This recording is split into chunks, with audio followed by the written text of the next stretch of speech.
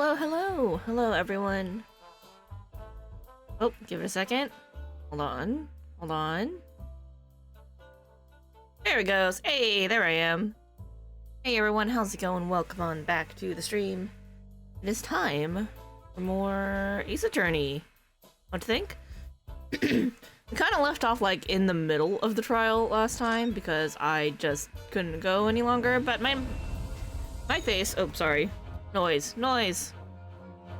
Yeah, my mouth's all nice and healed, so we can go a little longer today if need be. And we're gonna have some time. We are defending. Let's get back into it, and then we'll recap. How about that? Go back in. Hope everyone's doing well. Hope you guys all had a great weekend. Happy Saturday, by the way. My week's been chill. Looks like it's gonna rain outside, but it's not actually raining. Weird. Anyway. Alright, so let us recap. Oh yeah, here is our lovely jury of very suspicious people who almost all of them, except for dearest old granny here, are like, he's guilty. And it's like, no, why? What, huh? Anyway, we'll get to that in a second. So, where we left off. We are defending this fine fellow, Magnus McGilded. He is our defendant. He's definitely based on a Leprechaun a little bit. Because short and the styling. But they gave him funky Ace Attorney colors. So, you know, there's that in his favor. Just like, we're gonna base him on a Leprechaun, but like a modern, rich Leprechaun.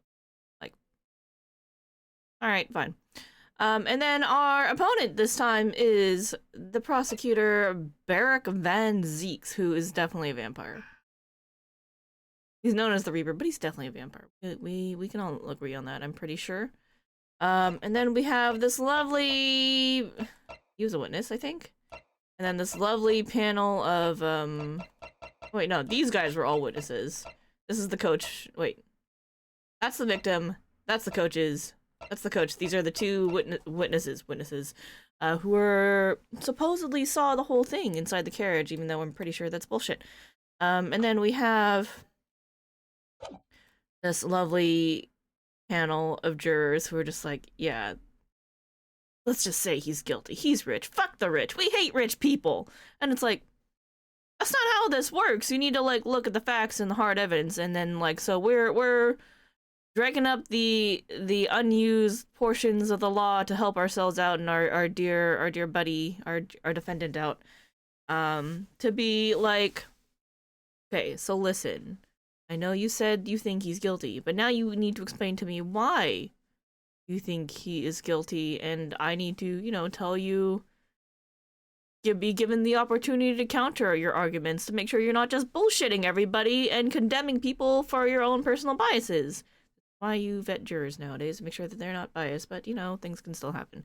Anyway, at least I imagine that's how that came about. So, yeah, that's what we're doing. That's what we left off at. We're like, ooh, new mechanic time. Yay. Okay. So we're getting into the new mechanics. And we've got this shady looking dude who's definitely like Jack the Ripper in disguise, right? And then a maid and a teacher, I think. And he apparently owns the coach company, this guy over here, and he's just some other rich dude, I think. And then she's like an old granny.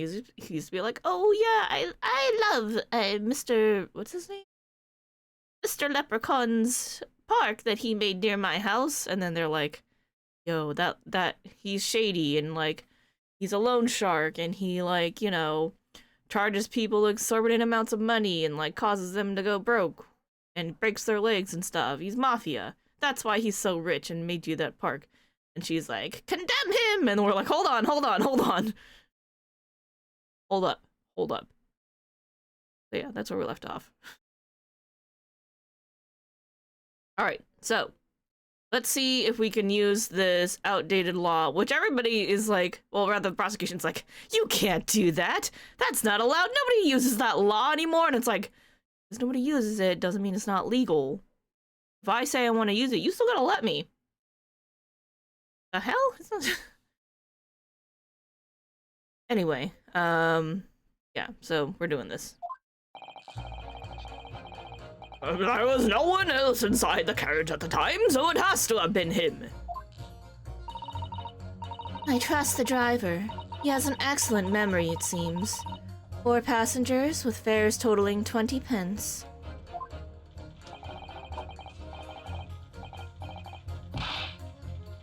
He stuck the chap next to him just like this! Brazen, I must say. Absolutely brazen. I simply typed and collated all the statements made thus far and drawn the logical conclusion. You can trust the guild? Airfares is our motto. We haven't raised prices about 4 pence for years. A scoundrel! Stabbing that poor man on the floor! It beggars belief! Granny, chill! I'm starting to wish I hadn't pushed for this now.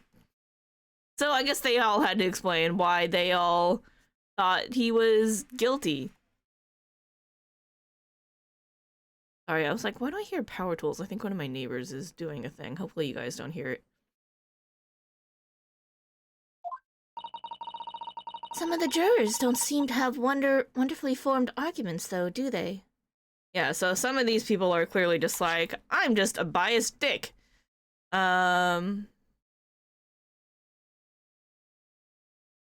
He trusts the driver. I mean, that's a pretty reasonable thing to think. This is just like, this man just likes to stab people. She was taking notes. So 1, 2, and 4 so far, like, okay, I can see how you got there. I don't want you to stay with that, but I can see how you got there. This dude, clearly biased. And then she is just all riled up because the prosecution painted the client in a bad light. So, there's that. Well, let's see what we can do. We need to get these 6 people to change their minds. I have to throw everything I can at them and use some very persuasive language. Well, let me move me just a skosh. There we go. Make sure y'all can read what's going on. Oops, that's not the right window. That's the one I need to click on. Just a moment, Mr. Naruhodo. According to my book, that's not quite how it works. Oh. I thought I was gonna have to thaw their icy minds with some heartwarming rhetoric about the defendant. Unfortunately, once the jurors have decided the defendant is guilty, they're unlikely to heed anything the defense says. But then, they've reached their conclusions by their own reasoning, you see. Your pleas will sound like excuses. In fact, it could recoil on you. The more you try to persuade them, the more entrenched they may become. What on earth am I supposed to do? Oh dear. I'm just citing what I've read about British law, Mr. Naruhodo. Right, I'm sorry. Do you have any idea how to make this work, then? Well, from what I can understand, the key to this procedure is using the juror's own words to make your arguments. What do you mean? Well, the 6 members of the jury are randomly selected members of the public. They may appear to present a unified front, but the truth is, they're complete strangers who just happen to find themselves here in the courtroom together. And that's the way to break them down, you mean? Yes, exactly.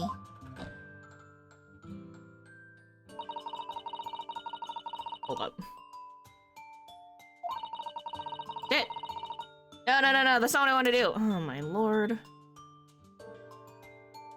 Roll wheel does something in the game, which when I wanted to do it in OBS. Alright. You must listen very carefully to what each member of the jury says, and see if we can identify any contradictory statements. If we can, then contrast the statements and pit the corresponding jurors against each other. Ooh! I see. So it's contradictions in what 2 or more jurors say that we're looking for. Alright. In a way, then, this is similar to a regular cross-examination. Oh, yes. I suppose you're right.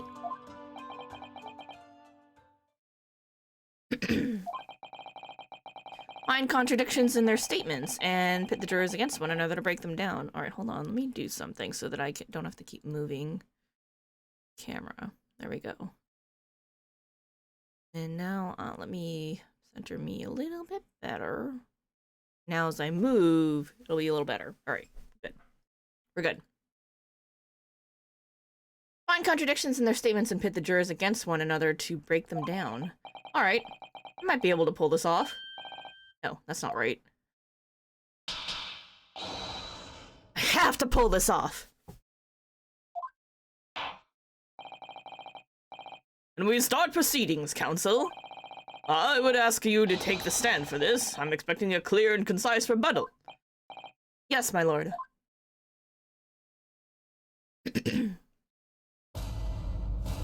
Jury examination! This poor coachman is, like, shivering over there. No one else in the carriage at the time, so it has to have been him. Trust the driver, excellent memory. 4 passengers with fares totaling 20 pence. He stuck him! She typed and collated all the statements.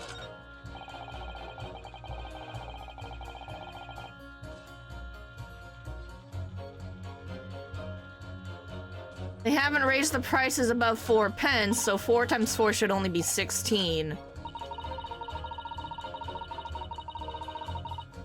Alright, here we go. This is the one. We're gonna nitpick at the money details.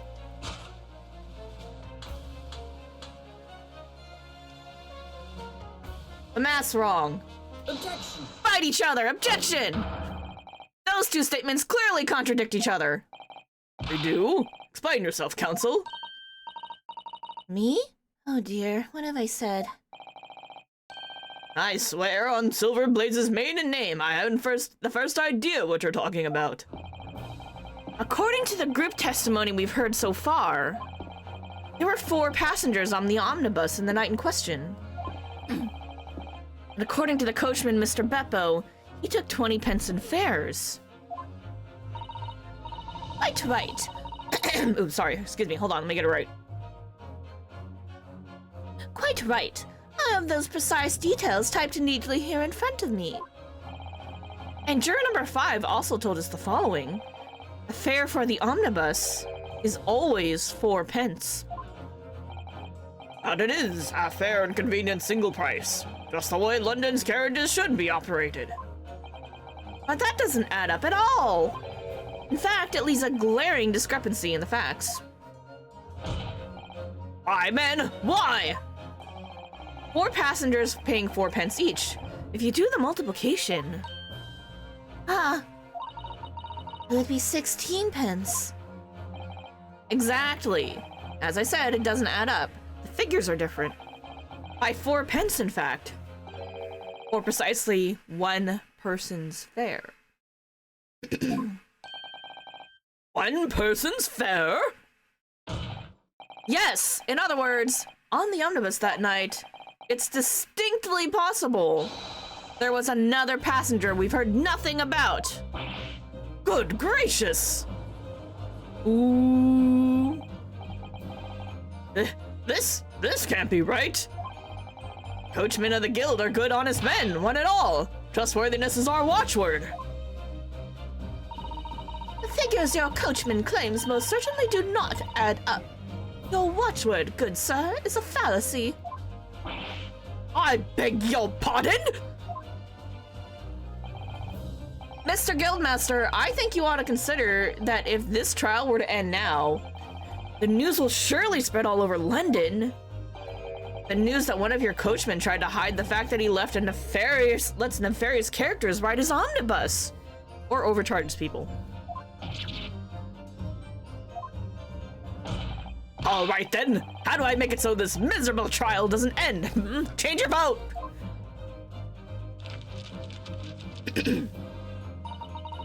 Well, according to my book here, you simply launch a ball of fire onto the innocent side of the set of scales. Hold your horses there, coachman! We're all in agreement. Why do you have to go and... Wait till I get my hands on you, Beppo! Ooh, we got the man in trouble.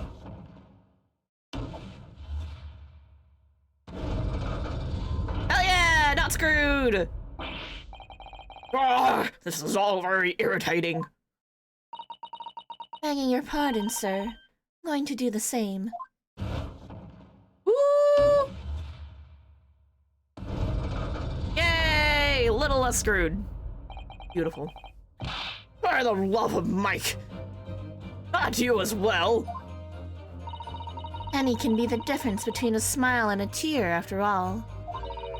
I certainly can't put my trust in someone who doesn't follow my exacting standards in financial matters. Oh, really? I, for one, think it's only proper that we hear from the witnesses again. Oh, well done, Mr. Naruhodo. You did it. We can manage to change 2 more jurors' minds. We can force the trial to continue. 2 more? Actually, there is something else that's bothering me about a couple of their assertions. And that's where you must strike next. So I need to pit 2 more jurors against each other and show there's another contradiction in their assertions. Alright. Exactly. You can do it. Well, the scales of justice have shifted, but they still weigh heavy on the side of guilt. Counsel, you have the floor again. Continue with your summation examination. That's what this is called, summation examination. I'm changing my leaning to innocent. I should like to hear what the slipshod bookkeeper has to say for himself. No one else in the carriage. She changed. He stuck him! Stabby McStabberson.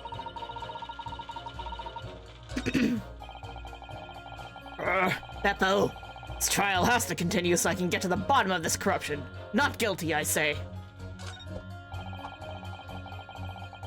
A scoundrel stabbing that poor man on the floor beggars belief. Stabbing him on the floor versus just stabbing the dude next to him. Yeah, that's different, so we're gonna go with that. Let's run with this. Sorry, Grandma. Objection. Those 2 statements are completely contradictory. What? Explain, counsel, post haste. Oh, dearie me, I was only knitting a jumper for my other half.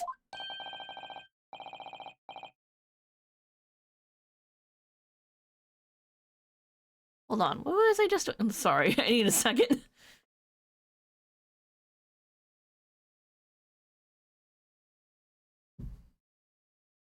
What is all this claptrap? What does contradictory even mean, I ask you? There we go.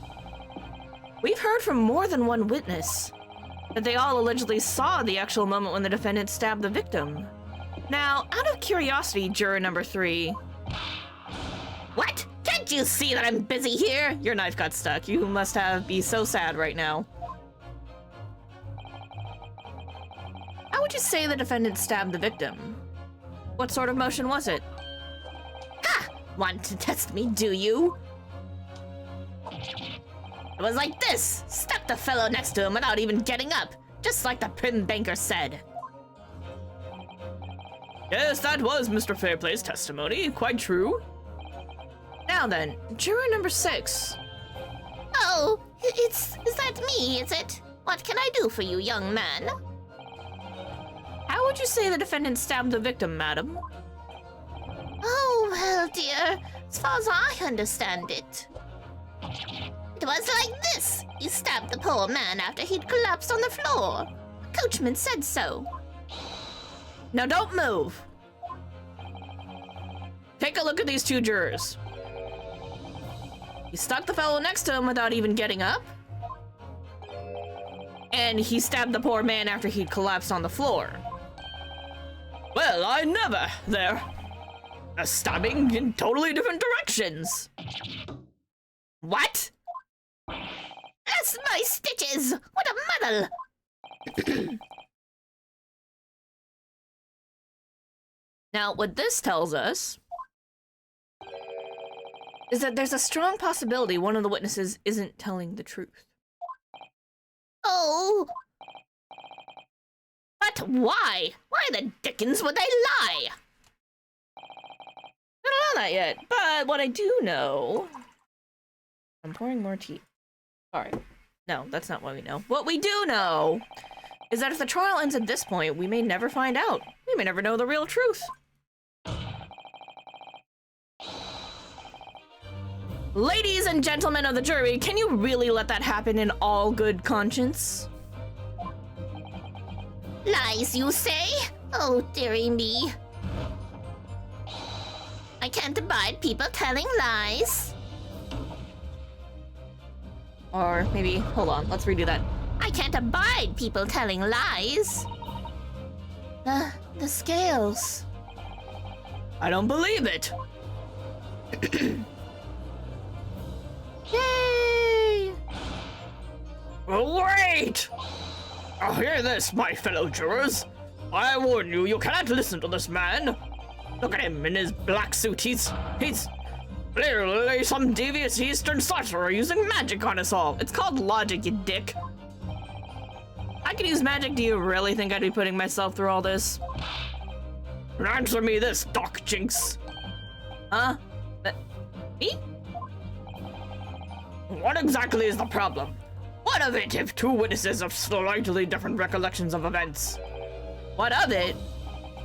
Let's say the Shylock did stab the victim as he was sat next to him on the omnibus. And this young dandy saw him do it. Right now, let's say the victim collapsed on the floor and then the Shylock stabbed him again. And this old lady saw him do it. Well, what's to say it didn't happen like that, hmm? Who are you calling a dandy, sir? Why, I should take this knife to you. Who are you calling old? Why, I should take this needle to you. Ugh, they're ready to kill each other now. But could the foreman of the jury be right? Did the two witnesses see two different moments of the same crime? Refer to the court record! It's one single stab wound to the abdomen, so no, there's no way that could have happened. He was only stabbed once. Out of the question.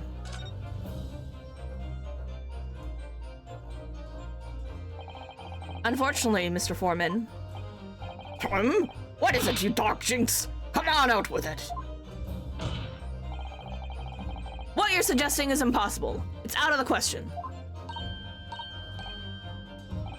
Why so shocked? Just look at the evidence. What are you talking about, man? How could you possibly say that? You do realize that I'm only doing my job. As foreman of the jury, I have a responsibility to steer everyone in the right direction. So, where's your evidence, man? That's what we want to see. Hey, Sneakmon, how's it going? Usually just drop for the VoDs because you're playing Spirit of Justice and you're at the specific chapter of Great Attorney Adventures? Shit, what was the name? Anyway, you can finally catch it live! Hey! Nice to see you here live, Sneakmon. Thanks for coming by. Much appreciated. I'm glad you're enjoying it to watch the VoDs and that you're able to come here live for once. Very nice. Welcome on in. I say the two witnesses saw two different moments of the same crime. If you say that's out of the question, show me some proof. Yeah, I already looked at the proof. It looks like the only way I'm gonna convince him is to present him with something he can't dismiss, the autopsy report. Some irrefutable hard evidence. As you wish. What? I'll give you the proof. It's out of the question that the two witnesses saw two different moments of the same crime, as proven by the autopsy report, which states very clearly, I might add, that there was only a single stab wound. There you go. This is the victim's autopsy report. According to what's written here, Mr. Mason was stabbed in the abdomen only once. Only once? It's quite simple. The victim was stabbed precisely one time. Which means these witnesses can't possibly have seen it happen two different times.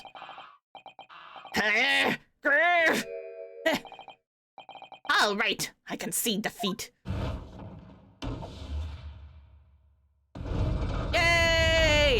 Innocent, innocent. A little bit closer.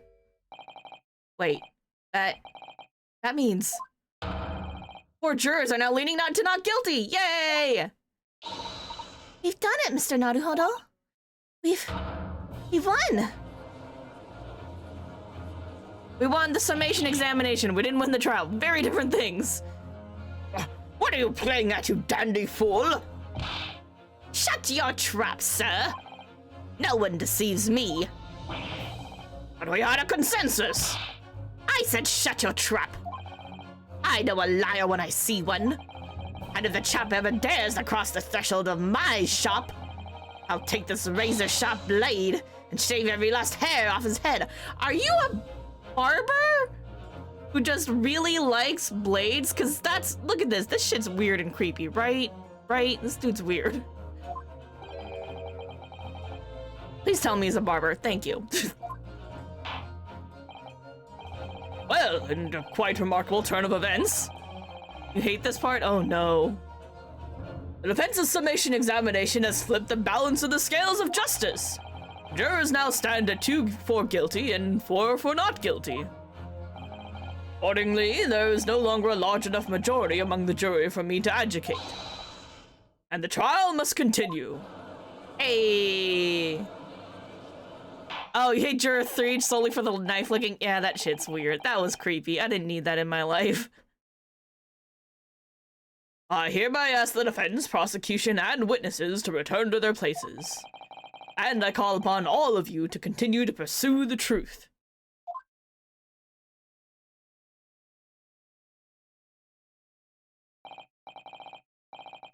So, Lord Van Zeeks, continue to substantiate the case for the prosecution, if you please. Yep, there's definitely no particular reason why there's blood red wine and this dude dresses like a vampire. Not at all!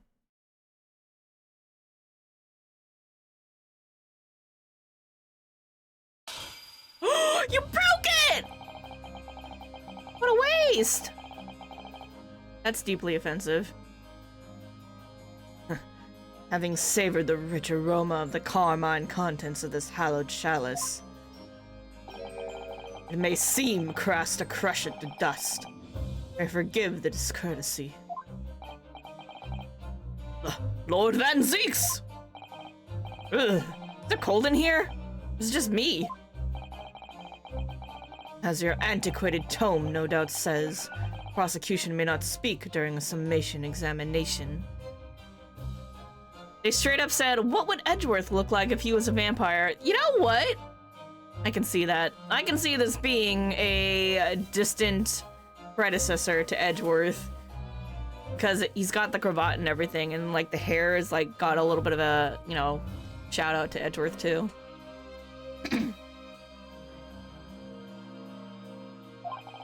So, I honored a deathly silence and listened to the charade. It seems I overestimated the intelligence of the jury. Rude? Well, no matter.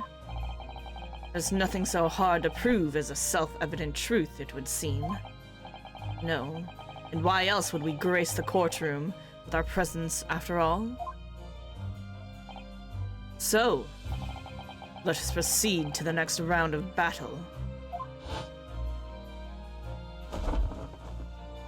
He threw off his cape! Bring forth the witnesses once more.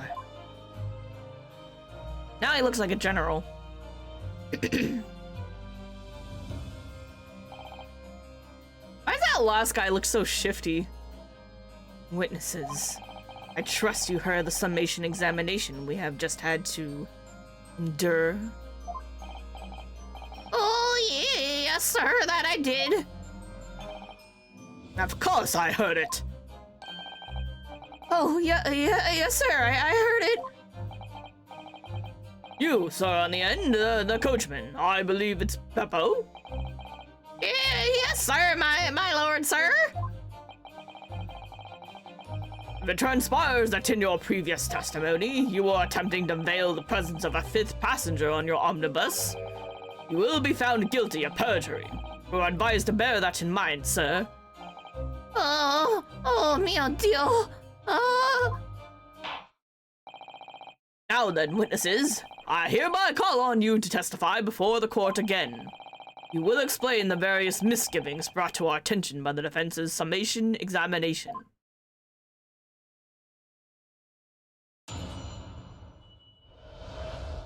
Various misgivings. I only carried 4 passengers that night. I swear it.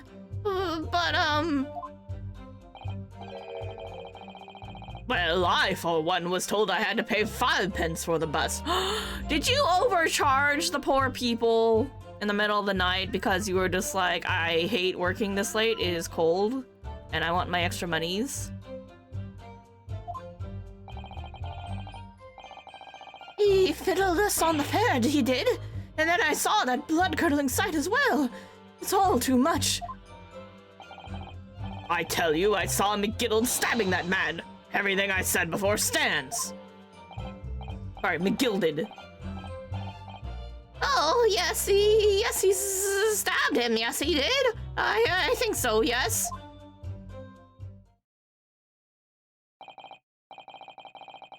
Counsel, make sense of this for me, please. The phantom 5th passenger conjured into existence by my learned Eastern friend never existed. Confusion has arisen from the coachman's sly little cozenage. Cozenage? How do I say that? I don't know. Beppo, explain yourself! I am terribly sorry, Guildmaster. The guild's fare is 4 pence across the board. You know that. Might understand that you've been overcharging our passengers by a penny a fare? It's so cold, and the last run of the day is always half empty. You have been dishonest, coachman. I'm so sorry. You're a disgrace, Beppo. A disgrace. And your selfish actions have brought dishonor on the entire guild.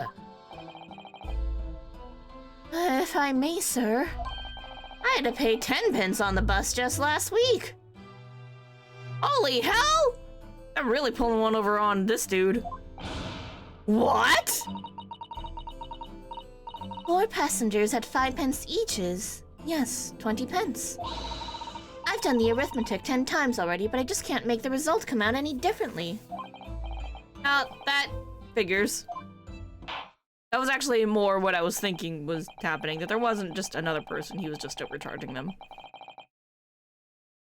Well, it would appear that one of the aforementioned misgivings has already been explained. So, counsel for the defense, or cross-examination if you please. Already had the pleasure of a protracted summation examination today. See you intend to continue the parlor games. Absolutely.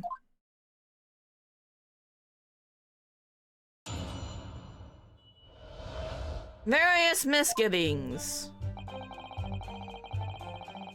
Alright, so we're gonna press everything like we normally do.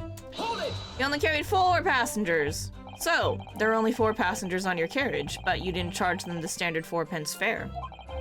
Is that right?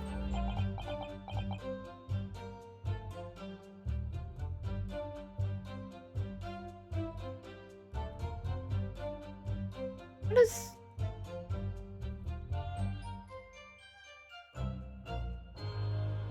Is that how he normally looks? I don't remember. Uh-oh. We'll figure it out. It's impossible to make the last run of the day pay.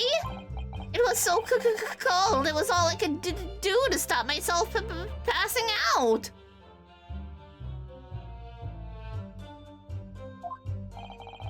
I'm getting...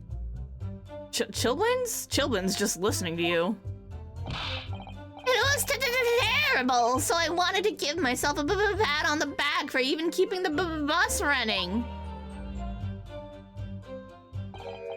Doesn't a dedicated coachman deserve an extra penny per passenger? You're digging a deeper hole for yourself here. Only there had been a fifth passenger on the omnibus that night, and we would have had another suspect.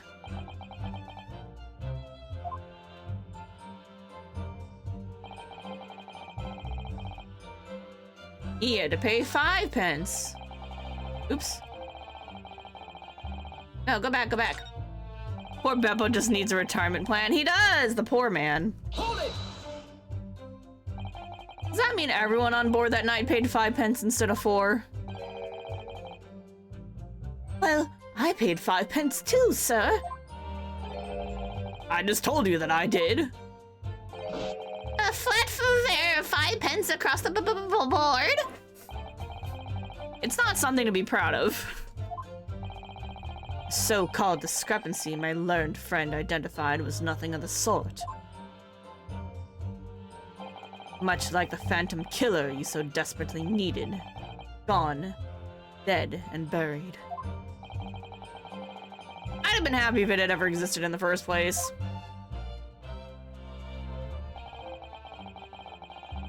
He fiddled on the fare, and then he saw the blood-curdling sight. This blood-curdling sight, you mean the murder, I presume? Yes, sir. That was some sight. No one should have to witness the horror in the eyes of a man the moment his life is taken. Oh, well, not exactly, sir. I mean, I didn't actually see the exact moment the gent was stabbed. Good gracious, really? We have another witness who did, however. The banker has already testified to it.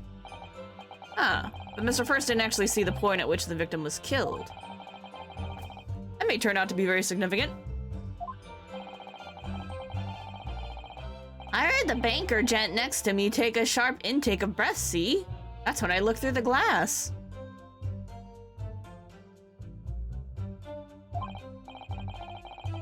That's when I saw that horrible blade poking out from his belly, all covered in blood. Every time I see a knife now, I can't help screaming, even when I'm eating. I tell you, I saw McGilden's. Oh, sorry. That's right. We read this already. You saw him stab the man. Hold it! All right. So you saw the defendant, Mr. McGilded, stabbing the victim, Mr. Mason, who was sitting next to him? That's what I said, isn't it? It was bothering me before this was. For just a brief moment, he hesitated before answering the question. Anyway, there were only 2 of them inside the carriage, wasn't there?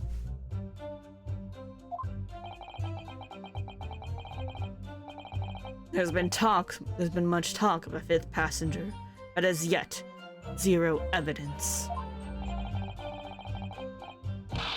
What are we wasting all this time for, eh? It's black and white. The man's guilty.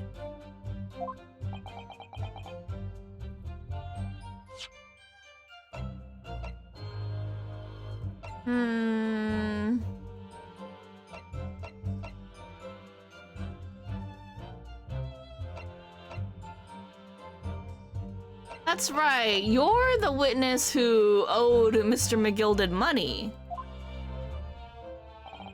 Something about Mr. Fairplay's testimony just jars with me. I wish I could work out what it was.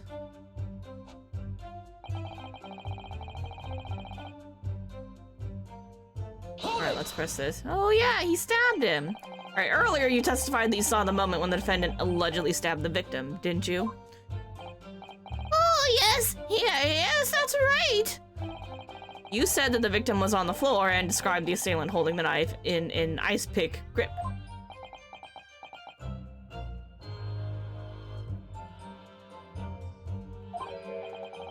I suppose I might have, you know, yes, put the cart before the horse, maybe? What's this? Well, I'm quite sure about most of it. I was driving the horses when I heard a scream from the seats on the roof deck. Oh, I expect that was me, sir. And when I turned around, yes, I saw it through the skylight. The gentleman was on the floor and the knife was sticking up out of his midriff. That's right, yes. And the fellow holding the handle was the famous man, yes? So in short, you didn't see the moment when the victim was actually stabbed at all? I really thought that I did, but when I could go over it again in my head, oh, I suppose I didn't actually see the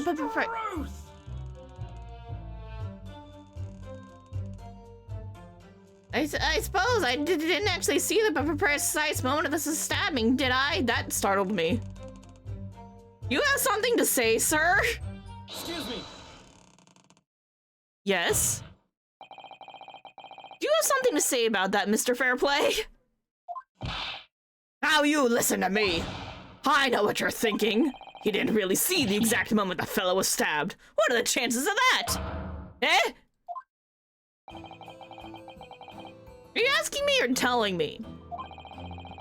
He's getting flustered. I might be able to extract some new information from him if I answer him cleverly. Could he have just happened to see the exact moment the crime was committed? No chance. Well, it is a little hard to believe, certainly. Unless you spend your time peeping through the skylight on the top of an omnibus, that is. Peeping? I'm a respectable city banker, I'll have you know. And I know what I saw. I remember it as clear as a Ballarat day. It was a grim scene, I don't mind telling you. Thank you, Mr. Fairplay. Oh, excuse me if I was getting a little hot under the collar there, my lord. I would ask you to supplement your testimony with a clear statement about what exactly you saw. Oh, I can do that, all right. I'll tell you just how grim it was. Think I'd forget the sight of those blood-soaked hands after that butcher stabbed the man?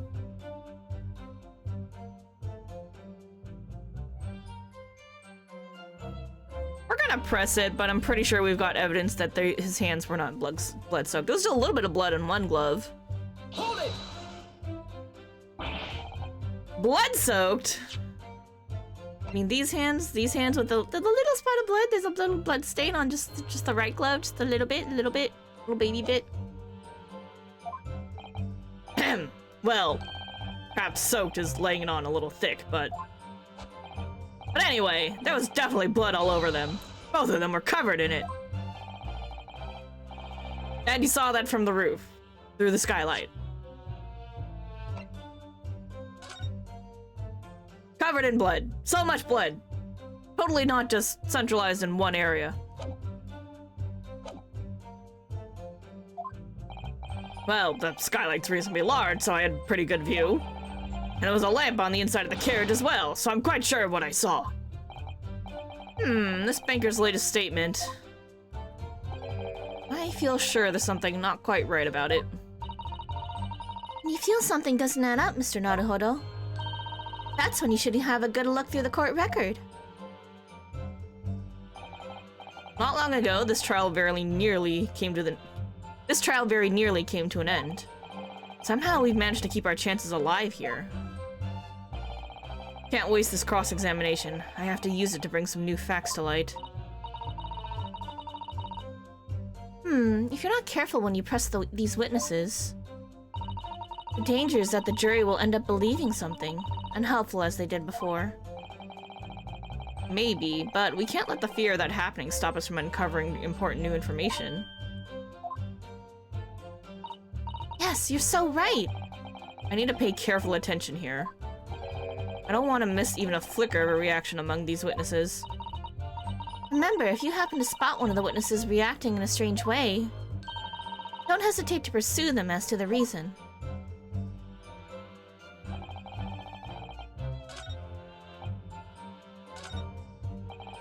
Fiddled us on the fair. Stabbed the man. Blood-soaked hands. All right, we're gonna present something. His blood-soaked hands. I mean, the gloves he was wearing. All right, let's present this. Here we go. Objection. Blood-soaked hands? Well, I admit that soaked might be laying it on a little thick, but anyway, there was definitely blood all over them. Both of them were covered in it. Well, I'm very sorry to disagree, Mr. Fairplay, but that's more than a little peculiar. What? Here are the gloves worn by the defendant, Mr. McGilded, on the night in question.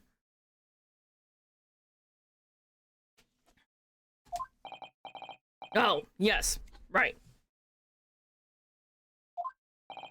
And there certainly does appear to be a sizable dark-colored stain there, but as I'm sure you can clearly see, it's only on the right-hand glove. Ah! Are you chewing on your cane? What? What are you, a chipmunk? What are you doing? That's bad for your teeth and for your cane, by the way. In short, Mr. Fairplay, your testimony is inconsistent.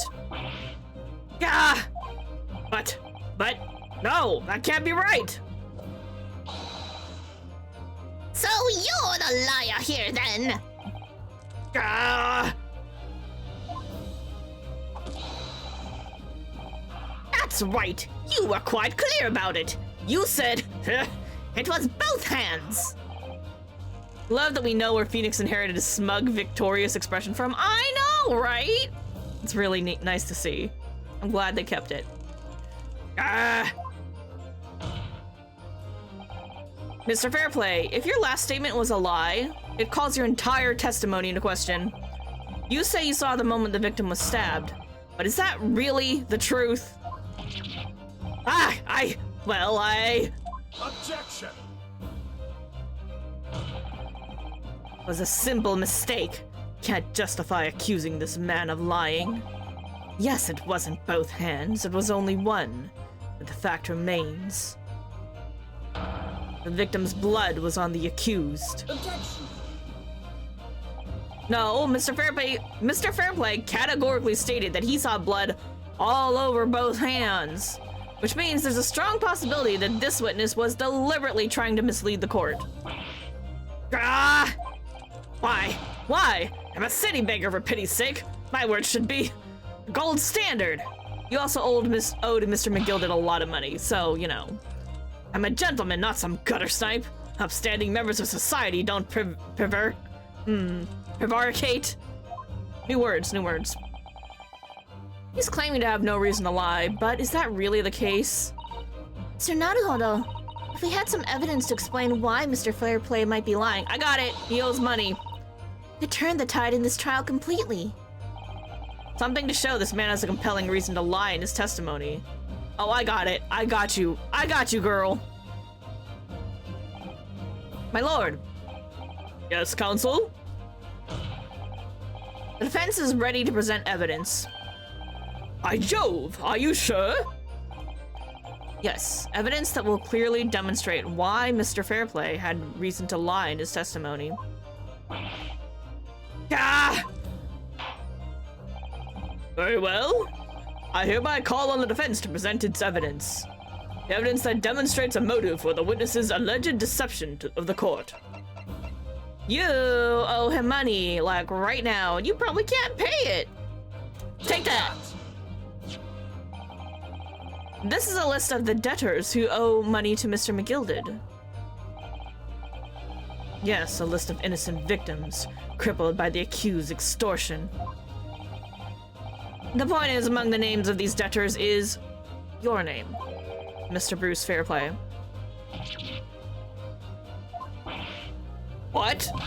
Mr. Fairplay, are you currently indebted financially to the accused? Ah, no. Well, it's barely worth of being called a debt. According to this ledger, you owe 20 guineas. Not an inconsiderable amount of money, sum of money, wouldn't you say? Ah, well, what of it?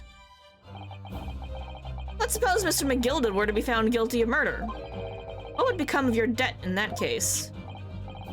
These documents state that the loan agreement is forged between two individual parties. Therefore, were the creditor, the defendant here, to be sentenced to a capital punishment, all outstanding debts which are owed to him would be annulled. They would cease to exist. Cease to exist? Mr. Fairplay! Is it not the case that you claimed in your testimony to have seen something you never in fact saw? In a devious attempt to annul your debt of 20 guineas to the defendant? Yeah. Ah! Okay, buddy, stop chomping on it like a chipmunk. Order! Order! Order! Mr. Bruce Fairplay. Yeah. Yes, my lord! Let me ask you again. And be aware that your answer may have most serious implications upon your future, sir. Did you or did you not see the precise moment in time at which the defendant is alleged to have thrust a knife into the victim?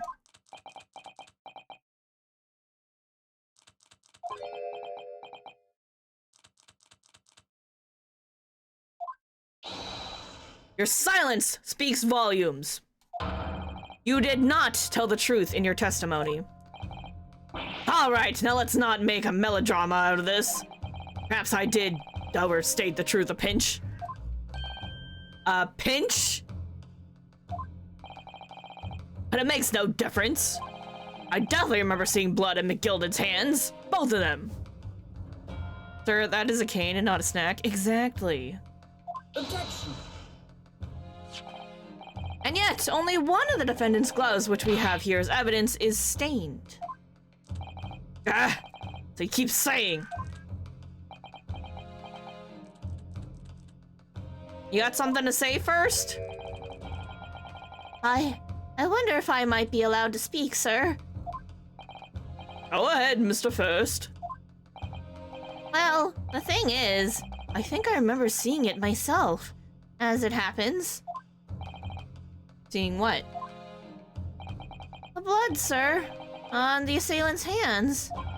I think. Yes. I'm almost sure that it was on both of his hands, not just one. What? What?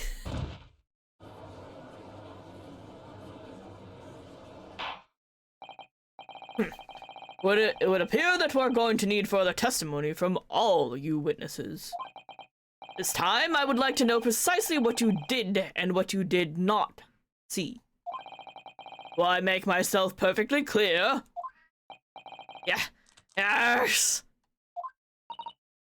Mr. Naruhodo, this is good news. The course of the trial seems to have shifted slightly at last. Yes. Might finally have a chance to turn things around here.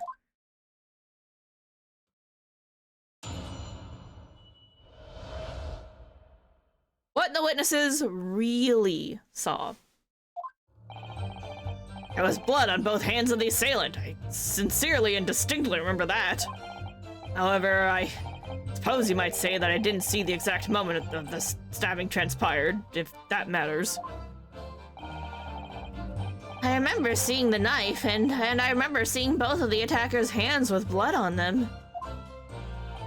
I didn't actually see anything myself, no. Not until I heard the scream. Anyway, the fact remains, there can't have been anyone else inside that carriage, or we all would have seen.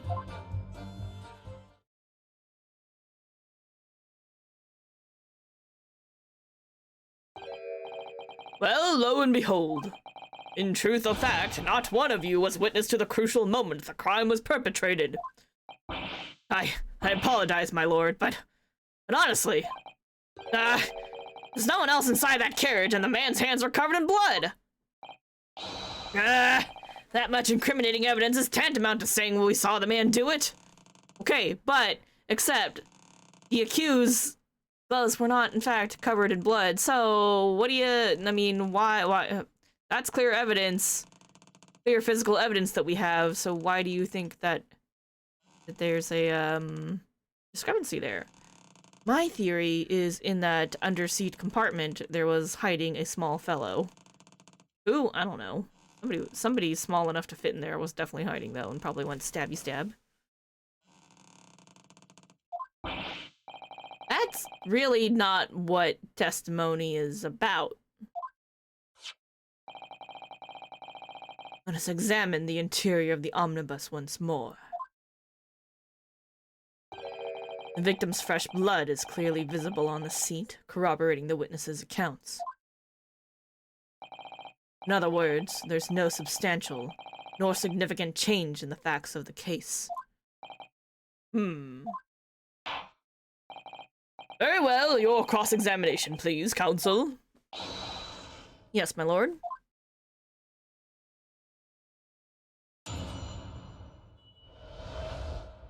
What the witnesses really saw. Blood on both hands, you say? Alright, we're pressing everything.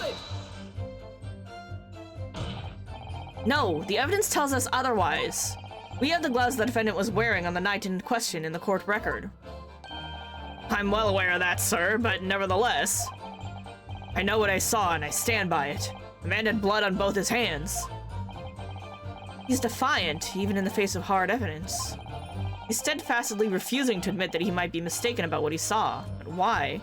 Because he probably did really see it and there probably was another person hiding. Why else would they show us a suspiciously large storage compartment?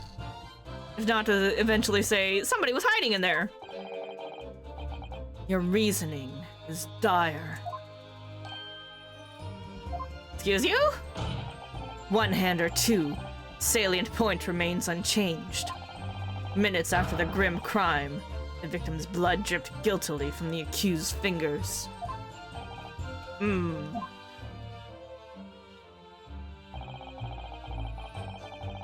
didn't see the moment of the stabbing. Don't try to downplay this. Whether or not you saw the exact moment of the crime is a matter of fundamental importance, as well you know. But crying out loud, we all know that no one else could have possibly done it. I was just trying to save us all some time. You have a loan of 20 guineas outstanding with the defendant, do you not? How do you hope to release yourself from that financial burden? By ensuring the defendant was found guilty? Nah. That's not entirely not what I was hoping for. I just lost a little guinea or 10 when I backed the wrong horse in the derby, that's all. Oh, you a gambling man! That explains everything. It's gonna win it all back. There's a fixture this weekend, that's a sure thing. That's what they all say. That's how they get you. A little guinea or 10? I'm a banker! No one bats an eye if I borrow a little spending money for the weekend. When in this franchise has a first round witness actually seen the murder? Exactly! Nobody actually sees the murder! Well, first time around. You gotta, like, really dig at it. I think you may have revealed rather more about your character than you bargained for, sir. This witness's scruples are not on trial here. Proceed to the next witness. Is that really how it's supposed to work? He saw the knife. And then he also saw the double-handed blood. Hold it! You definitely saw that too? Blood on both hands? Yes, sir. I mean, I know what you're gonna say. Only one of Mr. McGilda's gloves has any signs of blood on it. That's right. The thing is, as far as I remember, sir, when I looked down and saw Mr. McGilded sitting beside the other fellow, I don't believe he was wearing any gloves, sir. Oh. He wasn't wearing these gloves? That's correct, sir. And I saw the blood on both his bare hands quite clearly. It's true that the dark-colored stain on the dark leather gloves wouldn't have been easy to see. I should point out that the police officer who apprehended the accused on the night in question ordered that there was no trace of blood on Mr. McGilden's gloved hands. Where would we have washed him? There would have been nowhere for him to wash his hands, so, you know, something's definitely up here. There wasn't blood on his hands. This is puzzling indeed. This must be significant somehow, I'm sure of it.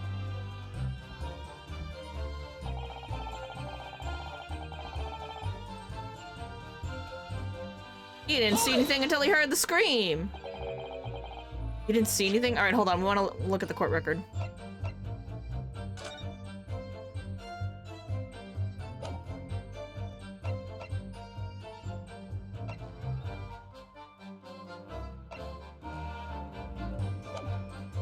Oops, sorry. That was the wrong button. I wanted to look at this.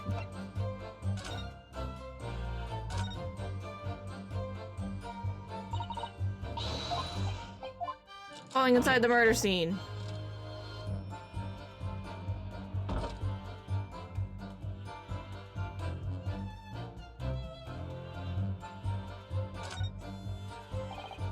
Let's look at it one more time.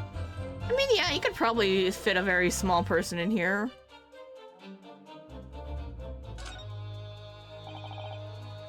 All sorts of equipment, yeah. No space for... No space for passenger luggage. But there's like a big old space here where someone could like crumple themselves up and hide. Okay.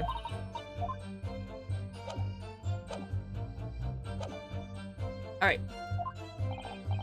Oh, yes, sir. That is to say, no, sir, I didn't.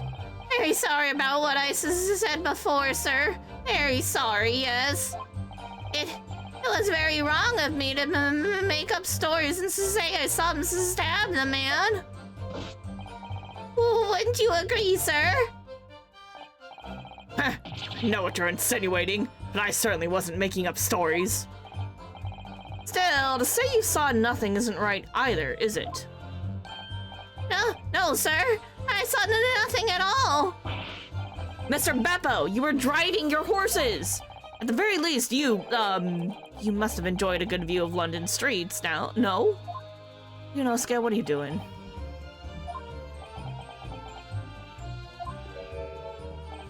Oh, please. You didn't even see that? It was so cold that night, you see. It was all I could do to keep from passing out, sir. Yes, my head was fairly frozen solid. Sorry to say, sir. Would seem prudent. Avoid travel on the last omnibus service of London's cold winter nights. Apple! Ah! That man's getting fired.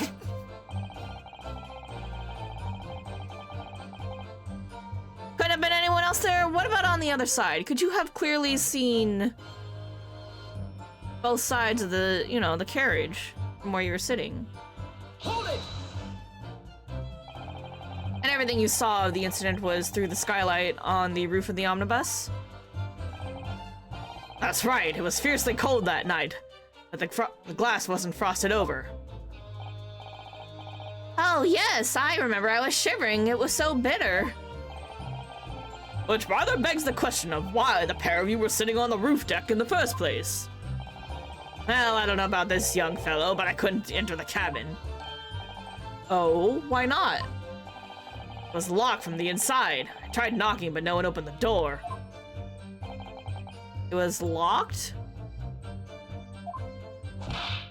That's right, and it's a public bus service, for pity's sake. That's not what I call fair play.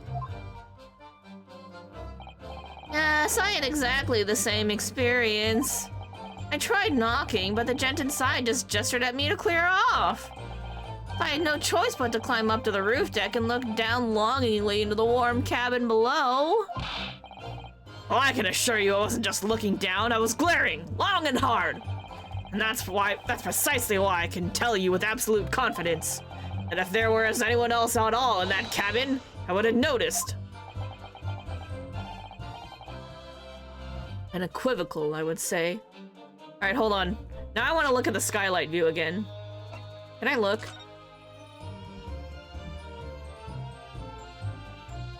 Can I look up here?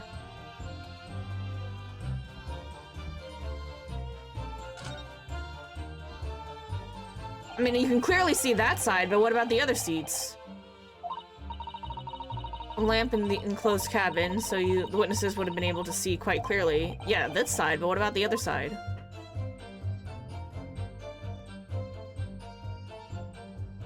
They wouldn't have been able to see the seats right below them. They only would have saw half the cabin.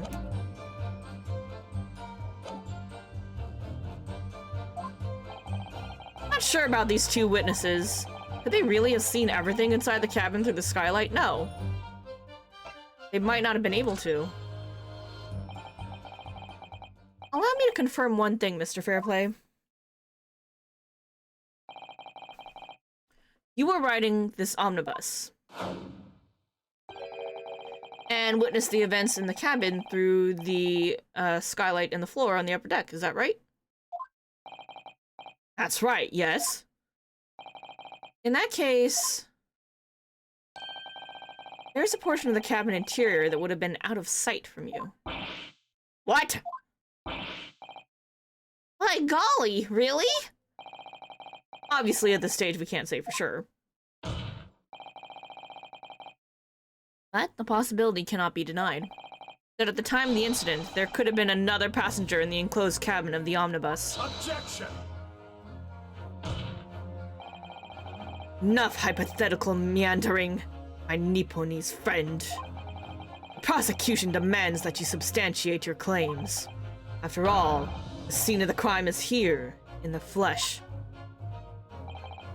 Very well, I will uphold the prosecution's demand. You will identify the area on this cross-sectional plan of the omnibus. Where exactly in the omnibus are you suggesting that this potential extra passenger could have been situated?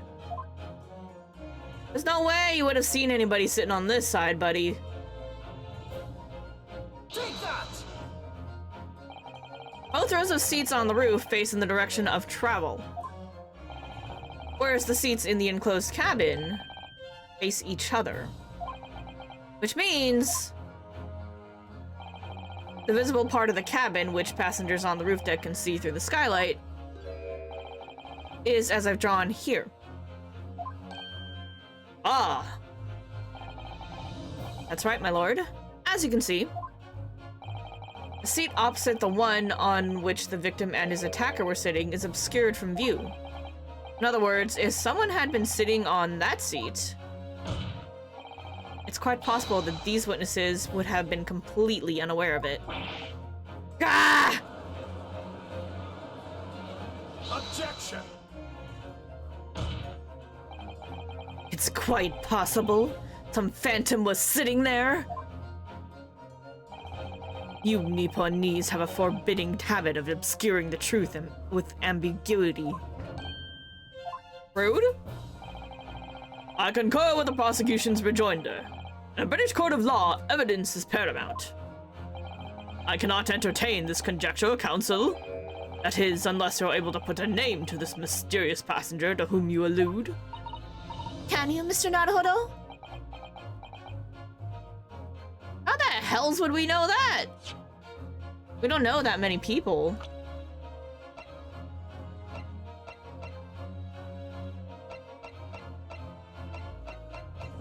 Yeah, that's kind of all we got. I honestly don't know. Who could it have been?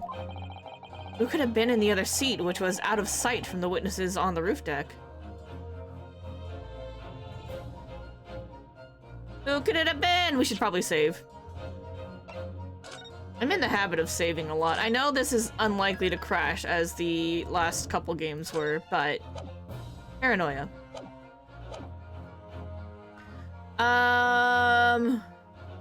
Bro, I got no idea right now, though.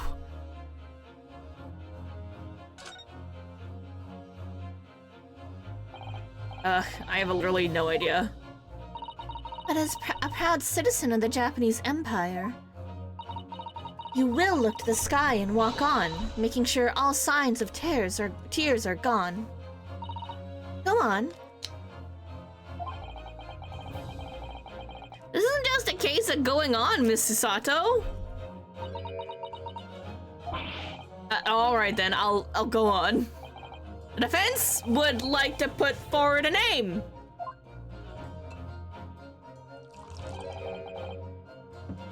You are a fool. Scours through evidence. Lord.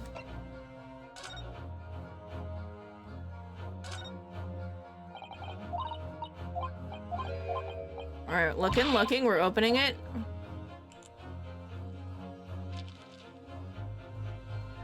Yeah, we really can't make out anything else on here, can we? All crammed full of names.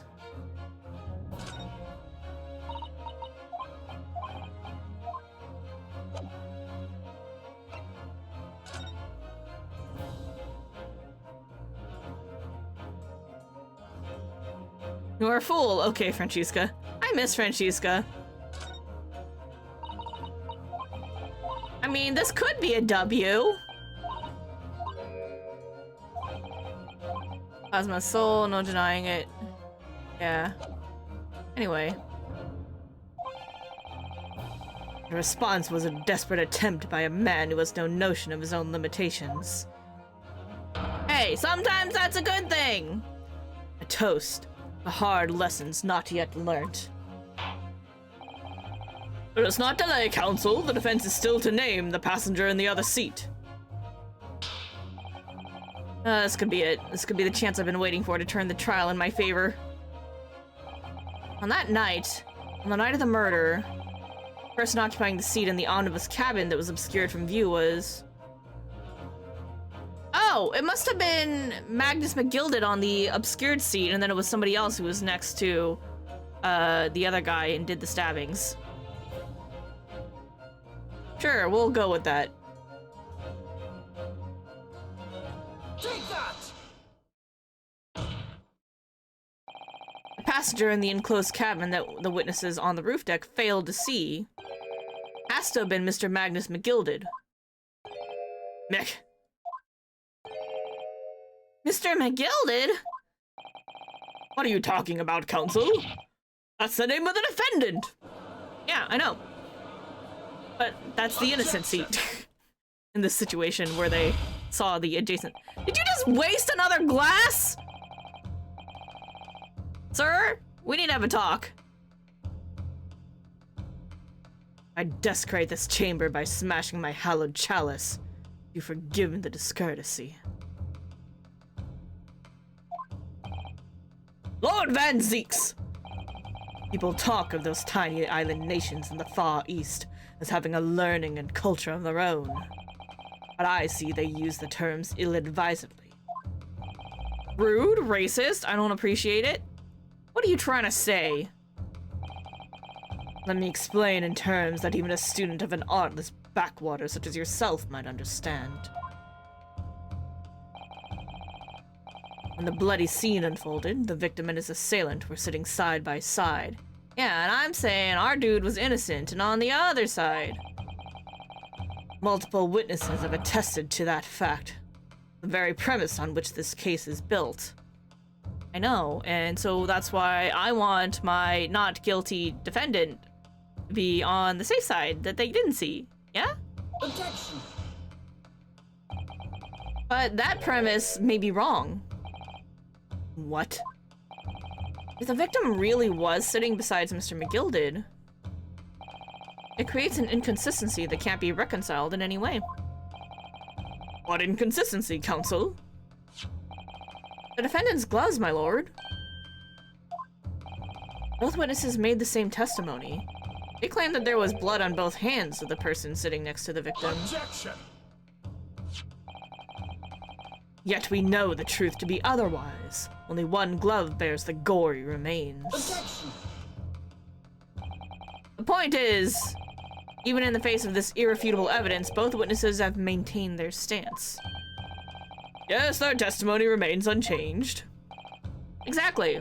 They both adamantly swear that they clearly remember seeing blood on both hands of the assailant. In short, their memory of events is correct, and their testimony reveals the truth. It was somebody else sitting besides the victim that night, a third party we have yet to identify. And the victim's blood was on that passenger's hands, both of them. Objection! And who was this third party? Obviously, the true culprit. Extraordinary!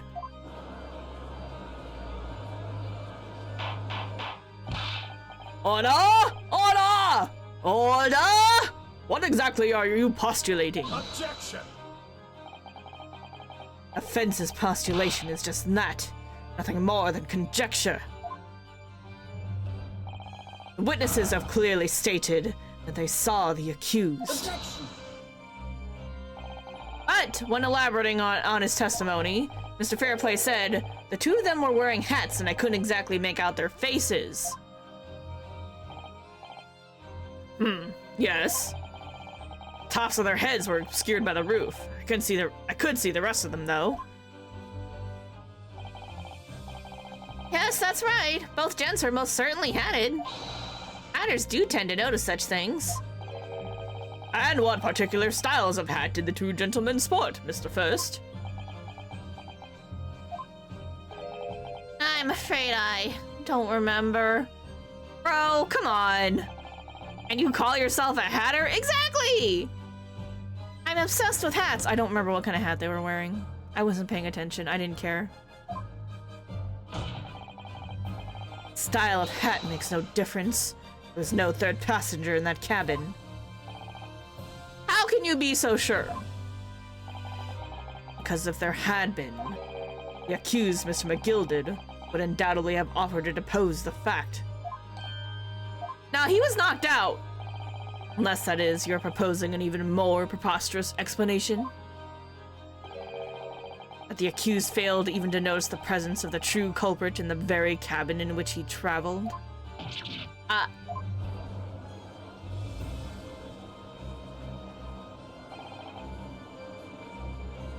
Oh boy, he's right. There was another person traveling in the enclosed cabin of the omnibus. Yeah, he was asleep. It's inconceivable that Mr. McGilded would have been unaware of it unless he was asleep. Which we know he was asleep, he told us. He's like, yeah, I don't know what the fuck happened, I was sleeping. Order! There was clearly a simple solution to this problem. Bring the accused, Mr. McGilded, to the stand. Well, what say you, counsel? Prosecution objects, my lord. On what grounds? As a suspect, he will have already made a full statement to the police. But what if there's some reason why he's unable to speak freely?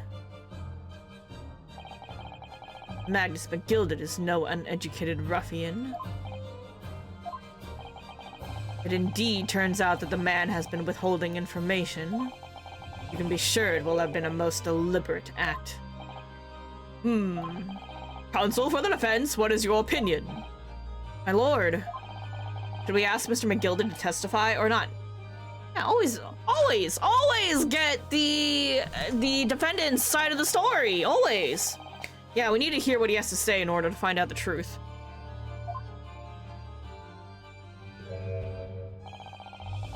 The defense would like to call Mr. McGilded to the stand. In that case, I would like to hear the opinion of the jury. Yes, I need a little time to consider this. Yes, me. I think we should hear what Mr. McGilded has to say. Get the man out here, I say! It would be utterly illogical not to hear his testimony. And something needs doing? Get it done. That's how I run things at the guild. Hearing what the patron of my favorite little park has to say? Oh yes, that would be lovely. Yes, the jury says the man must be heard. Very well, the court will hear the defendant's testimony. Bailiff, show the defendant to the stand at once.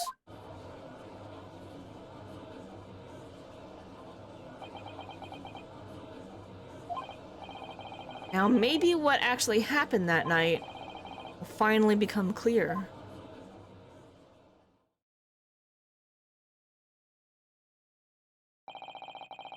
Let proceedings be resumed. Mr. McGilded, have you been listening to the discourse of the day? To be sure I have, my lord. There are now two matters on which the court desires to hear from you. The first is whether or not there was a third party with you in the omnibus cabin, as proposed by the defense. The second is that if such person was indeed present, why did you conceal that fact from the police? God, no! Tis not in my nature to hide anything at all! Just answer the questions, please. The truth of the matter is, I've been desperate about this all along. Why tell you so? Look, keep me mouth shut. Tell us what, Mr. McGilded? The fine fellow representing me is absolutely right. In the carriage on the night with myself and the other man, there was another passenger. Is it true? Aye, and 'twas me who helped the little urchin get away after it all happened. You... What? You aided and abetted the true culprit, the murderer! And he said little fella, so... Was he hiding under the seat? No, Magnus McGilded. That convenient excuse can't save you now. I'm truly sorry, so I am, Lord Van Seeks. I'm sure you'll be wanting to know why I said nothing when I was taken in by the police. I do be having a very good reason, I assure you. Which was? Well, the little child was just in the wrong place at the wrong time, and not in any way involved, you see. What? If the police had known the wee one was there, they'd have assumed she'd done it. They'd have hauled her into this here courtroom just like myself. I was only trying to spare her that. Oh no, did a little girl stab a man? Young hearts and young minds are easily damaged, my lord.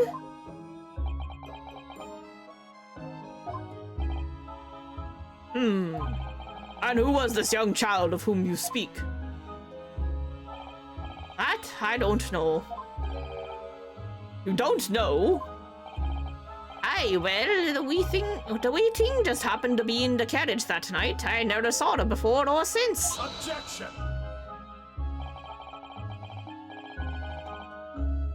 We have absolutely no reason to believe this man.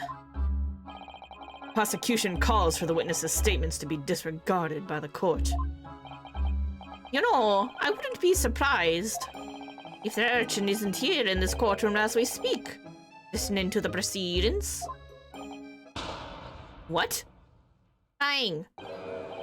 Ah, smoke! Ah, fire! There's a fire! Like somebody's trying to get away! After them! It's no use! I can't see the smoke! What's going on? Okay. Be careful, Mr. Naruhodo. Cover your face. Bailiff, don't let the accused escape. Secure the omnibus. I hereby call an emergency recess. Bailiff, ensure the defendant is in custody and clear the courtroom. Ah, spicy. We were hurriedly removed from the smoke-filled courtroom by the bailiff. Amid scenes of chaos as people stumbled over one another in their desperation to flee the chamber. We had no idea what was happening. All we knew was that, for the time being at least, the trial was suspended. Ooh, we got our first to be continued of this case.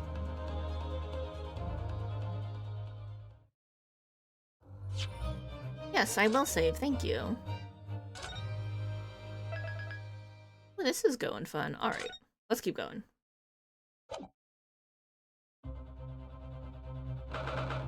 18th February, 12:52 p.m.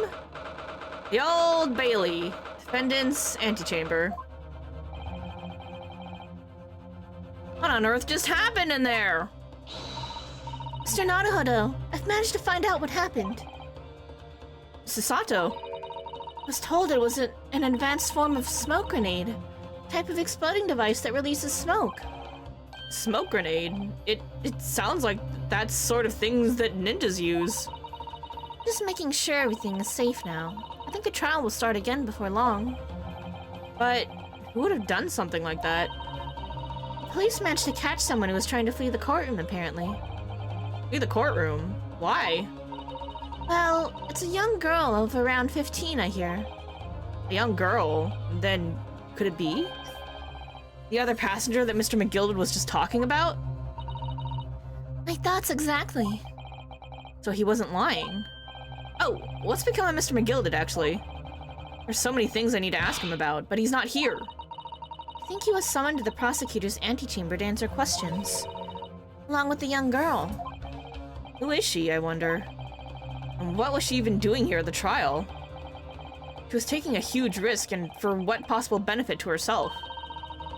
It's another matter that's troubling me. What's that? 20 pence. Yeah, if there was another person and he was charging 5 each, it should have been 25. So I'm betting she was a stowaway, and that's why he had to help her get out of there.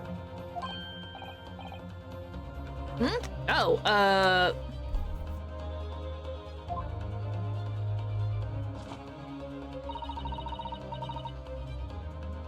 According to the coachman, Mr. Beppo, he took 4 passengers that night at a fare of 5 pence each.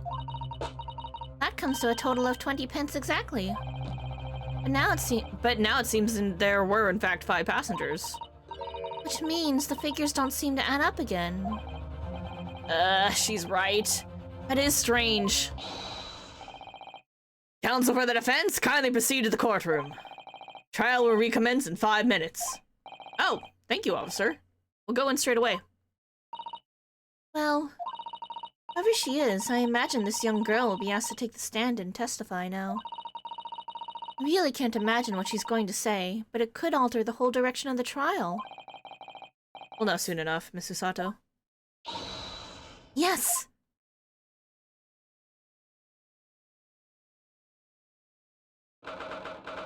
'18th of February, 1 o'clock p.m. The Old Bailey courtroom.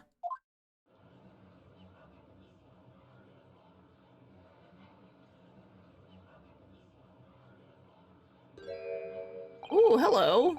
There's the young girl next to Mr. McGilded. Look. He must have been the one who caused the disturbance before. Well, after that rather eventful recess, the court will now resume the trial of Mr. Magnus McGilded. Now then, Lord Van Zeeks.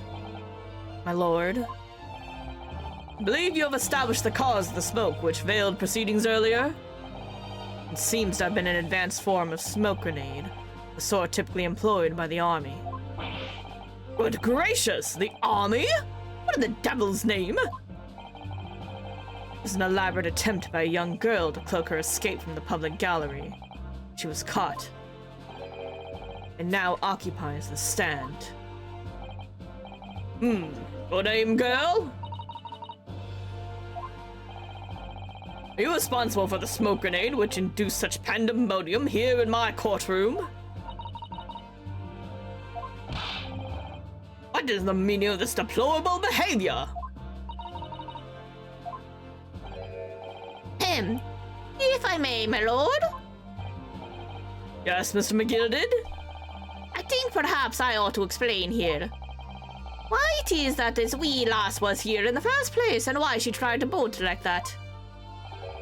It's all tied up with the events of that night, so it is.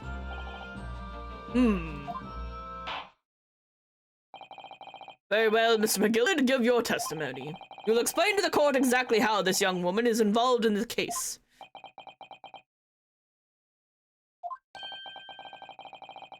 So what did happen that night? Not like a defense lawyer needs that information or anything.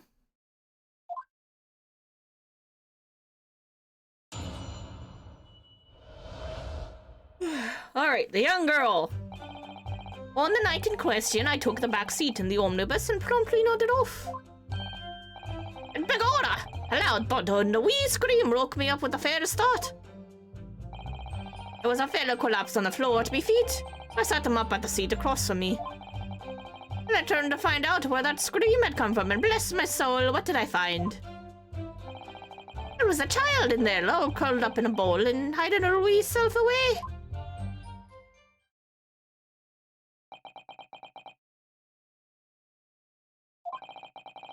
I remain somewhat baffled, I confess, but from what I gather on the night in question, this young girl was indeed riding in the omnibus. Is that correct? It is exactly as the defense counsel said. Lass was the 5th passenger, my lord.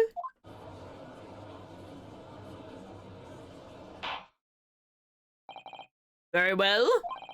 Defense may now cross-examine the witnesses. Are you ready, counsel? Yes, my lord. Or rather, no. I have no idea where to start.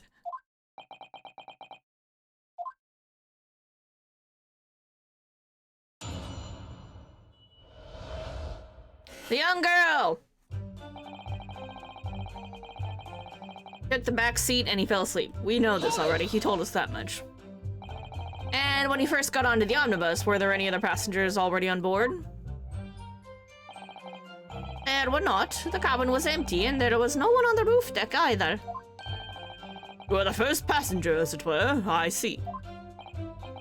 Aye, and that's why I took the back side as I did. Just the most comfortable, so it is. Could you explain exactly what you mean by the back seat? By all means, 'tis how you already described it earlier. I'm talking about the seat opposite the one in which the poor gentleman who was stabbed was sitting. Like I said, it is the most comfortable and where I feel the most at ease. And of course, I enjoy gazing through the skylight from time to time as well.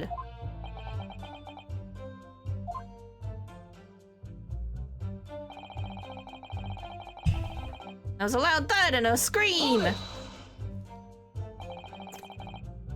A loud thud, you say? And a scream?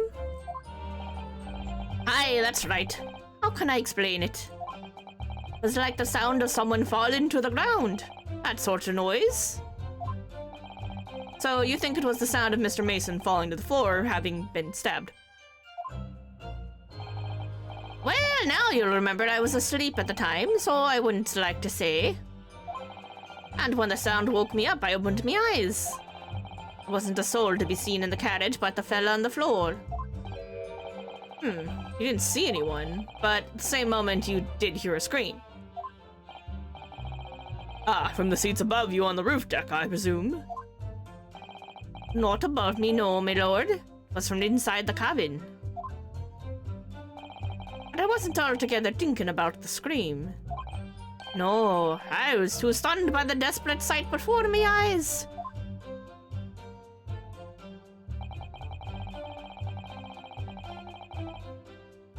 Poor dude collapsed on the floor at his feet, so he touched the body, because that's what you do. You sat him up? The victim, you mean? That I did. On the seat across from me, as I said. I could plainly see the poor devil was already gone. But you wouldn't have a dead man just lying on the floor, now would you? It's common courtesy, so it is. I find that a little hard to believe. Ah, Lord Van Zeeks, now why would that be? Like to find a man lying dead at your feet in a carriage. Any normal person would hail the cabman. Any upstanding member of London society, that is. Well, now, as you know, I'm in something of a special line of business. Business of lending money at exorbitant rates of interest? Unfortunately, my lord, not everyone is thankful for the help I offer them, and some would even see me dead. But do try, where at all possible, to avoid getting myself entangled with trouble. Are you suggesting you were just gonna leave the man there? Heavens alive, no! I was always intending to report it, so I was. Only, I don't mind to find out the whys and the wherefores first. The whys and wherefores? Right you are. There were some details I wanted to understand before anyone else got to meddling. That wee scream I heard, for example. Wouldn't your good self do just the same? Yeah, the scream he says he heard at the same time as the thud of the victim collapsing.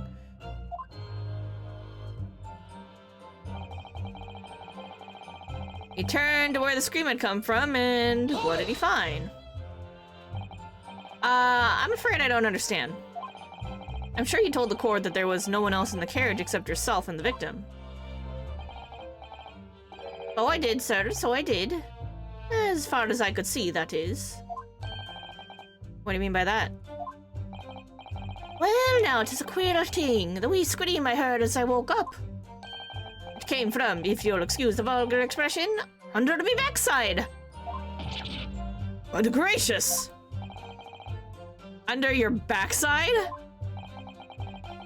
And when I lifted the seat on which I'd been sitting. And there was a wee cubbyhole there for storage. I told you somebody was in there! I knew it. Why would they show that to us if there wasn't going to be someone hiding in there?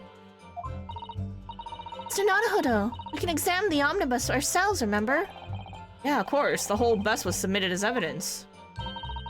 This would be a very good time to have a thorough look around inside. And that's when I found her.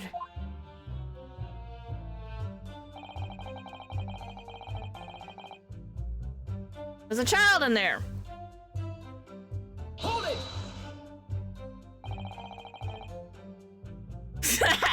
Scream is heard, Leprechaun. Oh, jeez, did I just fart? Nice. Say she was hiding herself? Hi, that's right.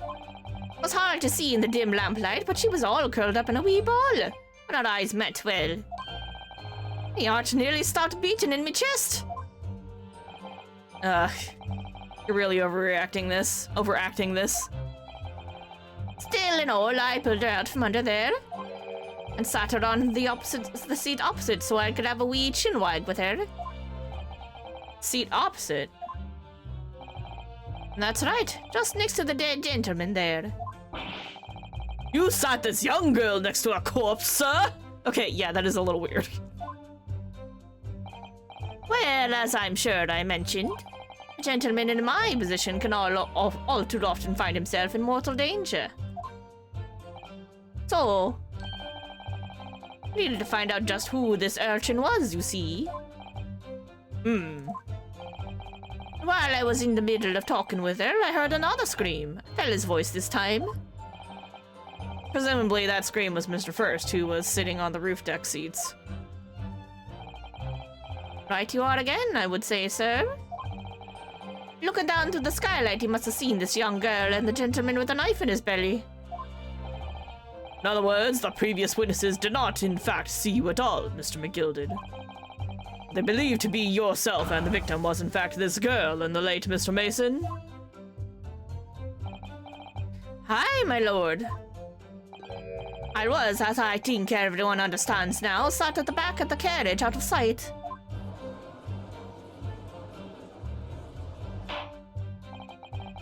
It is certainly plausible. The defendant is somewhat diminutive in stature, and readily confused perhaps with this young girl. I don't know how I feel about that, no. After that, of course. With a scream from the gentleman over us, the driver realized something was wrong and pulled up the horses. Thank you, I've heard enough. The events as explained are clear in my mind. However, at least one conundrum remains. Who is the girl? Her name is Gina Lestrade, my lord. She's a dancer, and are crossed among large crowds relieving people of their purses. What's commonly called a pickpocket. What? This girl here? A petty thief? Yeah, it checks out. Order! Order! Is this true, Miss Lestrade? Sorry, pouring tea. 1 second. Miss Lestrade, you will answer the question. What the? Girl's just got a smoke bomb gun. Ah! How dare you! What is the meaning of this? And she's gone. Ah! Girl, she's gone! Open your eyes! Oh, sorry. Open your eyes. I'm over here. But gracious, how? What's the point in that little sidestep? I know what you lot are thinking. Grown-ups are all the same. This dirty little dipper, you'll say, slipped up and got caught on the job. She got herself backed into a corner, so she knifed the gent. Go on, that's what's in your heads, ain't it? No, not at all! Maybe. A little, kind of. This is a court of law. We're here to determine the truth, not cast... I like how we got the green and the judge got pink.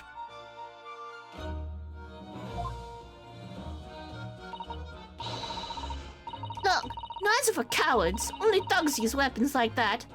All I need for what I do is these fingers. I'm a professional, alright? Maybe not in your eyes, but I got a pride in what I do. Let me guess, you don't count smoke guns among weapons for thugs?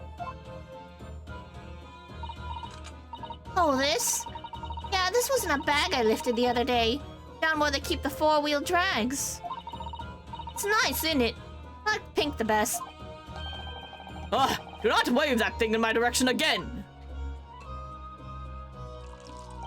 How many chalices does this man have? We're on chalice number 3. He's broken 2 so far that I remember. Today. Chalice number 3 for today. He might have broke 1, like, earlier last week, and I probably forgot. This might be because you're playing Spirit of Justice and this girl is attacking everyone, but does she not look a little bit like Sarge? Swap these bombs for drones. And yeah, that's what I was kind of thinking as well. I'm like, alright, a girl... Something about the army, using army weapons, and stuff like that. Kind of reminds me of Sarge, yeah, so I agree. So, you admit that you were riding the omnibus on the night in question?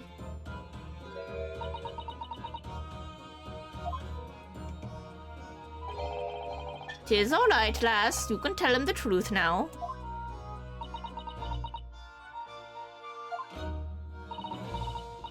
Alright, yeah. Just like the Irishman said. Court accepts this girl, Miss Gina Lestrade, as a valid and significant witness in this case. Accordingly, young lady, we will now hear your testimony, if you please. You will tell the court exactly what happened in the omnibus on the night in question. Alright, well, I have to.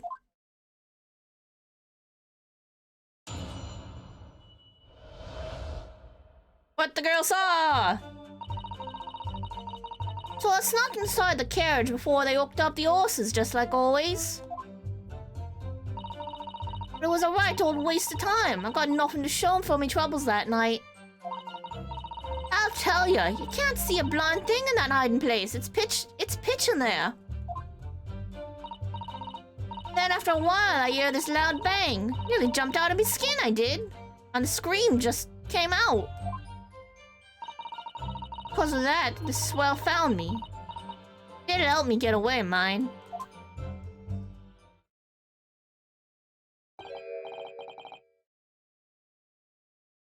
Yeah, he let you go. I fail to understand why you would let this street urchin go, Mr. McGilded. Oh, 'tis simplicity itself, my lord.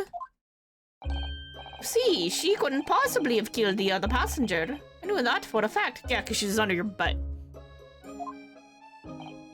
Ow! As I'm sure I said before, sir. Hey, Dr. Lupin, how's it going? Hope you're having a good night. Thanks for the lurk, much appreciated. I was sitting right on top of the place where she was hiding herself. I think a demonstration is called for. You're having a good one. Good luck. Thank you. Much appreciated. This is where I sat that night. And the cubbyhole of which you have spoken is underneath the seat, I presume.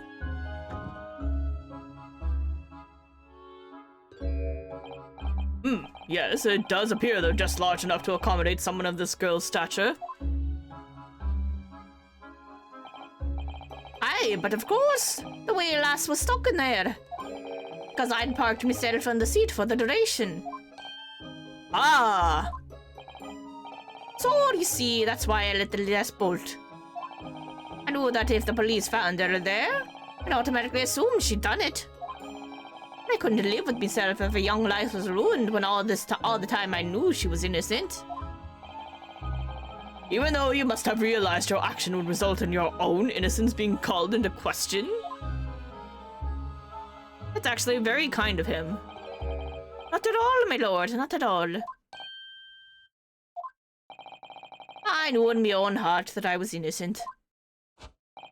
Oh, I thought it was worth taking a punt on my own good name for the sake of this less fortunate lass.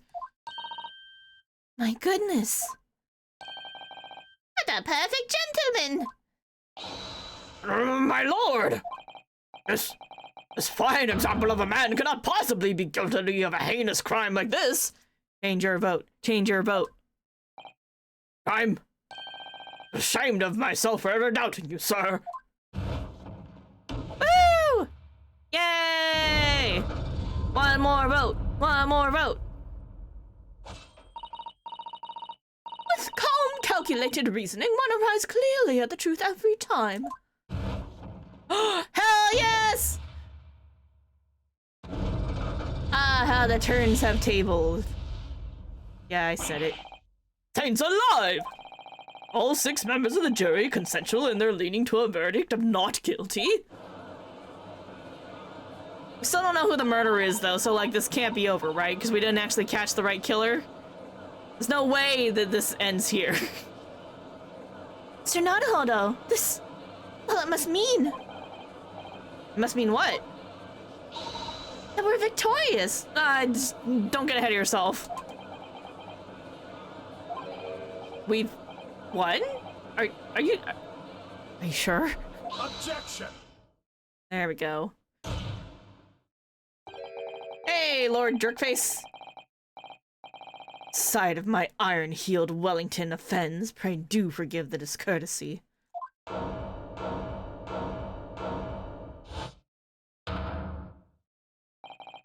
This really is a consummate example. A one monumental flaw in British judicial practices. Where evidence and reasoning should be paramount. Emotion rules the day. Emotion? Oh, this man's against the jury system. The witness's latest statement gives us a clear insight into his true nature. What do you mean, his true nature? You really think Scotland Yard would have made such a glaring omission?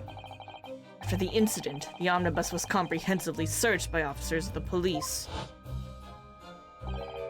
Obviously, the interior of this cubbyhole, as the witness puts it, is included in their investigation. The compartment under the posterior seat was full of the coachman's belongings. It's noted in black and white here in the police report. But Lord! Evidence has been tampered with.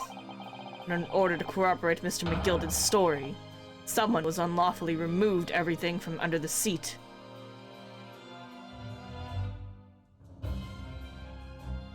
Oh. What? It is true that when we looked at the coach earlier, there was luggage in there, and right now there's not. So that is a little weird. I guess I should have looked at it again. Order! Order! How could such a devious contrivance possibly have been effected, Counsel? During the smoke bomb. Naturally, we must acknowledge the deficiencies of the constabulary in allowing this to have happened. However, I assure you when the omnibus was wheeled into the courtroom this morning, the compartment under the seat was not empty. I can confirm this, yes. Well, my Nipponese friend. Huh? Me? And the carriage was submitted as evidence. Doubtless you examined it in fine detail, as would any self-respecting practitioner of the law. Pray, what did you find the condition of the underseat compartment to be? Oh, to be sure, the young gentleman will be able to clear this up in a jiffy. Sorry? Go ahead. You tell the court now, fella. How this is all an elaborate excuse by the desperate Lord Van Zeeks. Well, counsel, do you have something to say on this matter? How am I supposed to answer?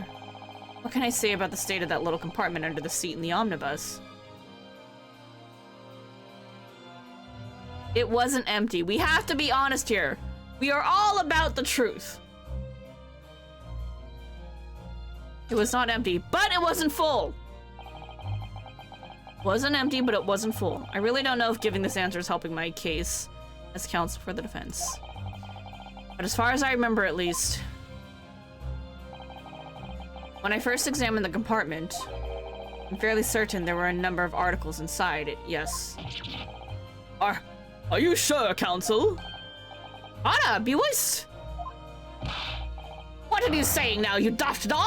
I thought you were on my side here. Integrity! Don't worry, it wasn't totally full. It was only half full. What game are you playing?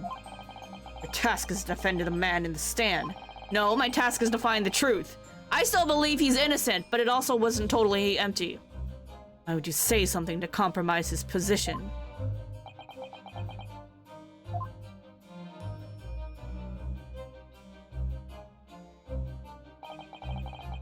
As the advocate for the defense in this trial, I confess I'm still not entirely sure where I stand.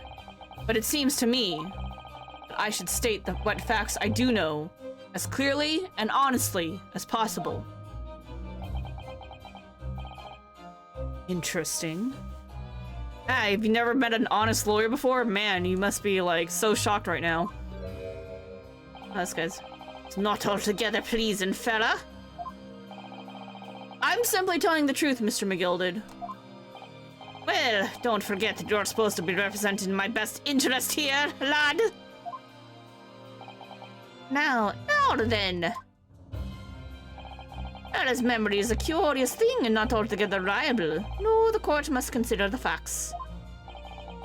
But there, cubbyhole under the seat is as empty as the devil's heart, so it is.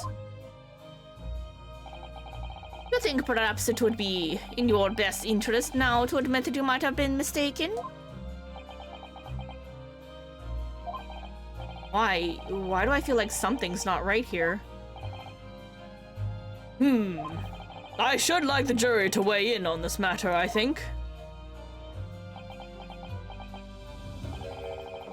Our compartment is designed to house equipment used to maintain the smooth running of the carriage. The Guild's rule states that omnibuses should be properly and fully equipped at all times. So it certainly wouldn't have been empty on the night in question. Apple isn't that irresponsible. That money-lending fleecer and the pick purse are lying! Oh, now we're fucked. Ah. I can't believe I was nearly taken in! A stinking rich are always stinkers. Nothing but cowards, the lot of them. What? No. It's a trick! Of course it's a trick!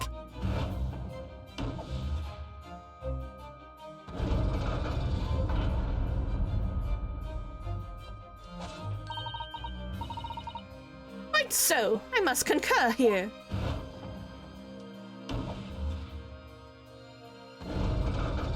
Well, that's not good, no. With calm, calculated reasoning, one arrives clearly at the truth every time. Yes, but every time a different truth, it seems.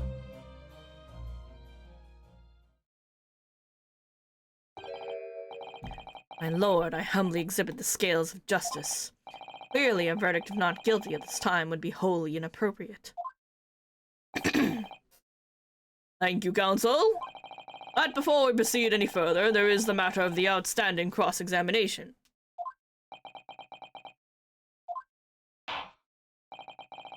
Counsel for the defense, begin your questioning of the witness, please. Yes, my lord. What just happened? The whole balance of the trial just shifted almost beyond recognition. The Reaper of the Bailey is at work, it would seem.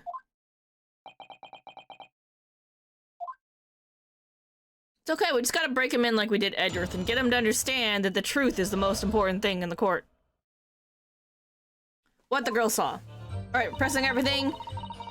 She snuck inside the carriage. So, you were already in the omnibus before it even set off on its run? Well, yeah. Hey, what's the point of spending a joy to make a few bob, eh? That's a rum idea, ain't it? Oh, she means there's no point spending money to make money. Actually makes sense. Counsel, may I remind you that this girl is a petty thief. Kindly refrain from entertaining her tenants. Well, that does clear up the little mystery of the fares and all.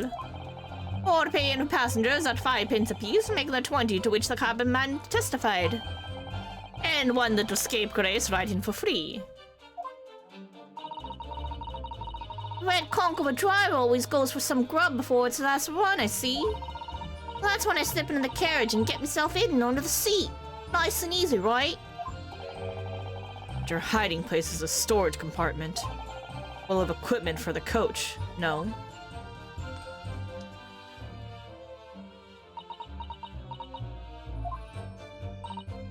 Yeah, there's brushes and buckets and whatnot in there, sure. I always chuck all that out and cram it into a corner somewhere. No one ever seems to bother much. And yet, according to the report filed by the police officer who first arrived at the scene, the compartment was full of such paraphernalia. Well, I don't know nothing about that.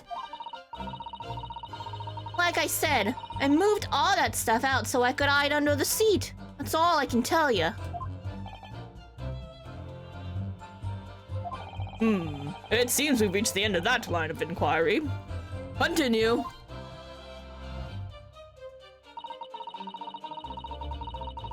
It was a waste of time.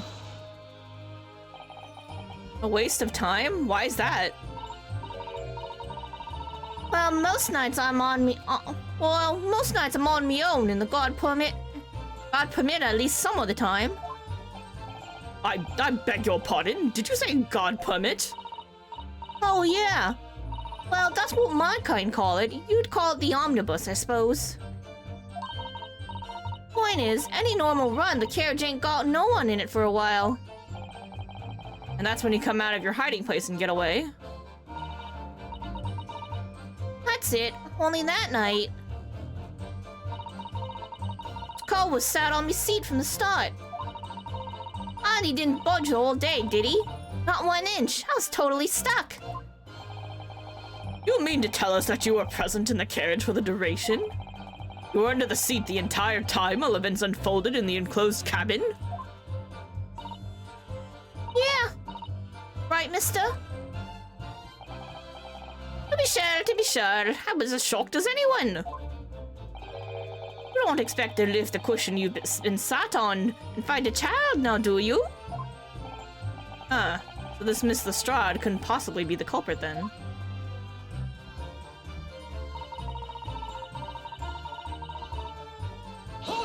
Alright, she can't see anything when she's in there. So you couldn't see out into the cabin at all? Not a jot. Most days I push the cushion up with me head and look out the crack. Then I can have a butcher's at who I'm gonna fiddle. I thought you were a pickpocket, not a butcher. I mean, I can have a look. Seat I get under ain't as plush as the other one, see? But most of the time, the passengers plant themselves opposite. For some reason that night, this here Irishman spent the whole journey right over me head. And for that reason, you weren't able to push the cushion up to peek out. I see. Truth is, I ain't too happy in small, dark places. Feels too much like being thrown in the clink. But it's the only place to hide them in them carriages, so it's Obson's choice. Why doesn't she just stick to picking people's pockets in the open then? I'd say there's some reason that she's not letting on, judging from her demeanor. So anyways, I was a bit scared, but I did just stick it out under there. Nothing else for it. Then she hears the loud bang. Hold it! When you say a loud bang, do you mean the noise of someone falling to the floor?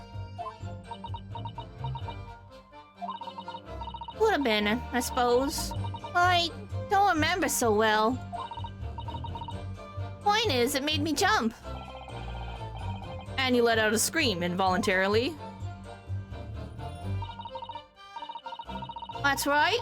And then I felt the cushion over me and get lighter all of a sudden. Presumably when the defendant got up in order to help the victim, yes. Or not. Could equally have been the moment the accused stood in order to stab his victim, could it not? Well, girl, did you see what happened at that crucial moment? Yeah, I saw it. I pushed up the cushion and out a quick butcher's while I had the chance, didn't I? The Irishman was sitting up the bloke what had fallen on the floor, on the seat opposite. That matches Mr. McGilda's account, of course. But then, the fella suddenly turns around and looks right at me. Sunk back down again, but it was too late by then. I should never have risked looking. And then she got caught. But he did help her get away. And when Mr. McGilda discovered you, he pulled you out from your hiding place? I was scared stiff, I was. He dragged me out and sat me down on the seat and all. Next to the victim, Mr. Mason? Yeah, the bloke had a knife in his guts. He was still bleeding. Then the carriage lurched a bit and he ended up falling onto me. How awful. Both me hands got covered in blood. It made me feel sick as a dog. Oh, that's the bloody hands that they saw. Both her hands are covered in blood. That must be what the rooftop passengers saw. After that, I believe you talked with Mr. McGilded for a while. Is that correct? He asked me some stuff. Wanted to know me name and what I was up to and that. Then I heard something from above. Someone screamed. Yes, Mr. First on the roof deck, one would presume. Well, I didn't want no one seeing me face, so I didn't look up. And the horses were drawing up smartish, and this here Irishman says to me, "Get back under the seat, and I'll see that you can get away later."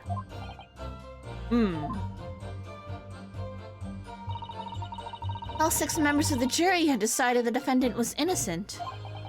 For one brief shining moment, yeah. It's clear that they are all still very unsure.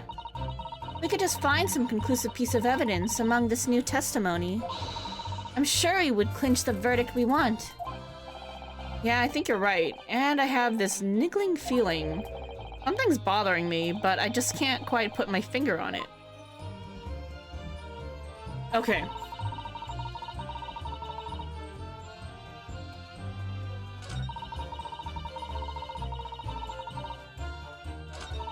Oh. She didn't make any money. She couldn't see anything in the hiding place. It was pitch in there.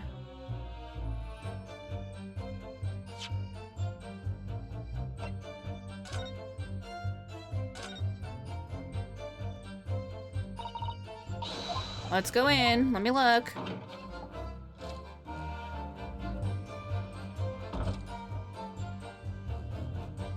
Oop. Uh-oh. Blood on the floor. That's blood, isn't it? Something wrong. Oh, it's just, well, this blood stain is so obvious, that's all. And yet Van Zieks had made no mention of it. Suppose that does seem a little strange. Why do I have such a bad feeling about this?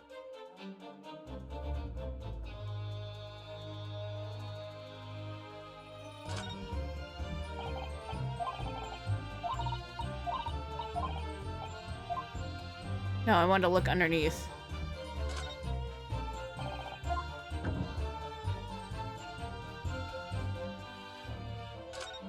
Okay, it is reasonably that it's probably dark in there. Nothing here, it's totally empty. Something doesn't seem right here, but I can't put my finger on what it is.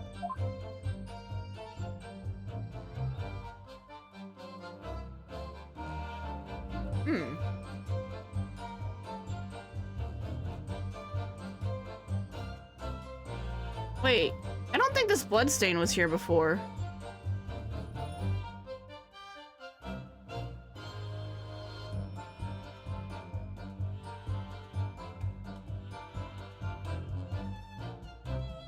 Interesting. Alright.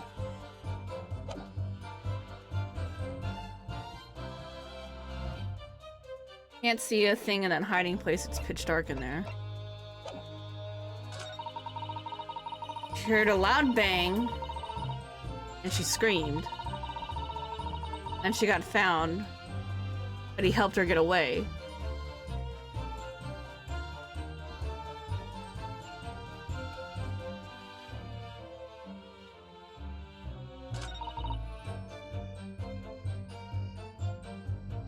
He heard a loud bang.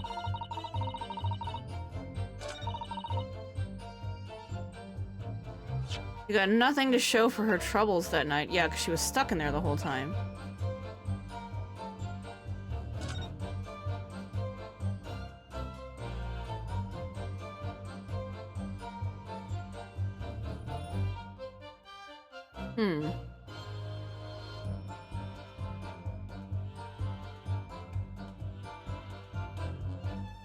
Hold up.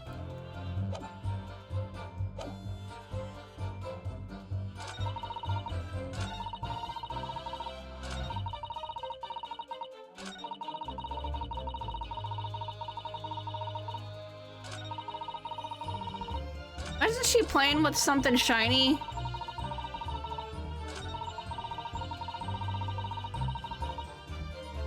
Doesn't have anything to show for it.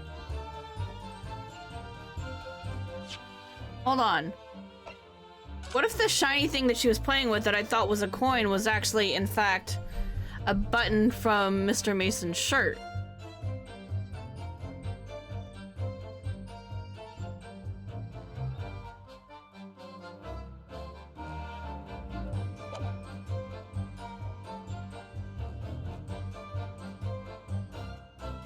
He's missing a button.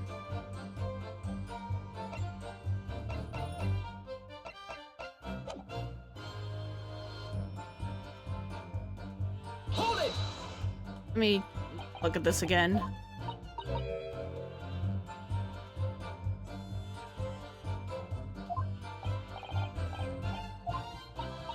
Yeah, that's what they call the omnibus.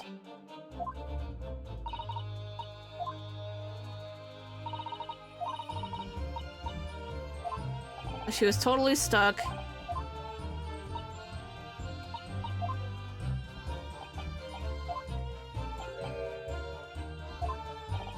You couldn't possibly be the culprit.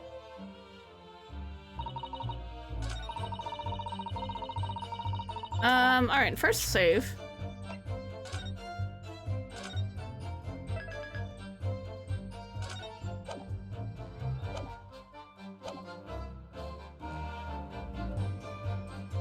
Only thing I can think of right now is, was she playing with a button and not a gold coin? She snuck inside the carriage.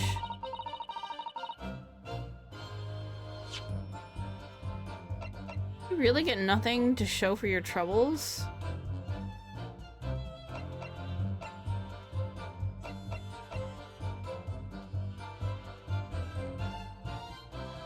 Should we try it? She's not playing with it right now is the thing, so I don't know if that's the right thing to do.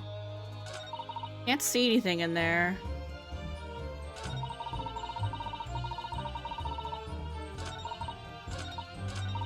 Let's just try it. What do we got to lose? Objection. Nope. Let's just consider the implications of that statement for a moment, shall we? No, let's not. What implications? Nothing strikes you about it. Exactly, there's nothing striking about it. What strike me is your propensity for the inane, however. Thanks, I hate it. I need to clear my head and come out at this one again from a different angle.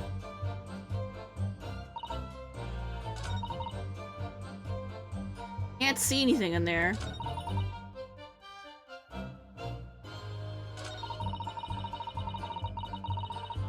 Because of that she got caught. But he did help her get away.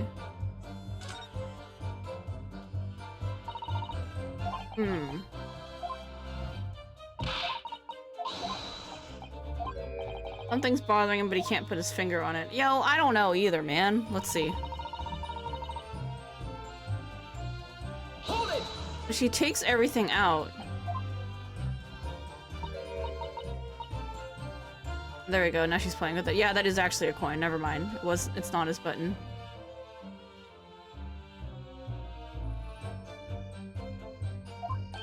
No point in spending money to make money, okay.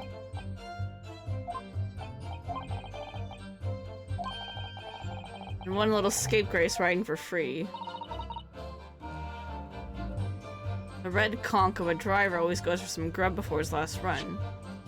So... oops. She's saying... Beppo always goes to get food before his last run, and then that's when she sneaks on.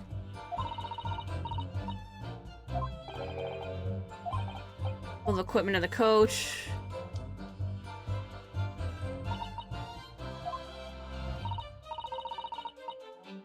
Brushes and buckets and stuff in there. Chucks it all out and cramps it into a corner. The apartment was full of things. Doesn't know anything about that. She moved everything.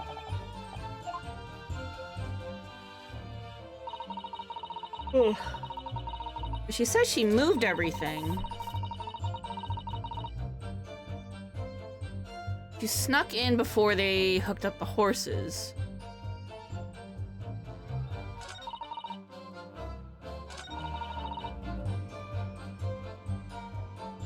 Can't see anything in there. Hold it! I'm pressing again. 1 answer away from being where you are on the case, you'll be dipping out. Thanks so much for dropping by, Sneakmon. I appreciate it. Hope you enjoy the rest of your week. Good luck on the trial yourself, and I'll hope to see you around next time. We're just re-skimming everything to try to figure out what's fishy that we need to present evidence on. She's on her own in the... yeah, in the omnibus.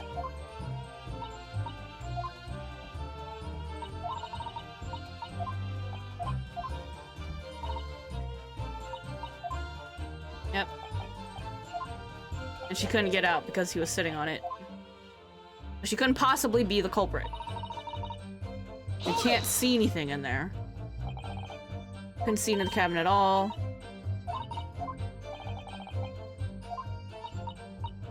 He usually tries to take a look, but he was sitting on it, so she couldn't.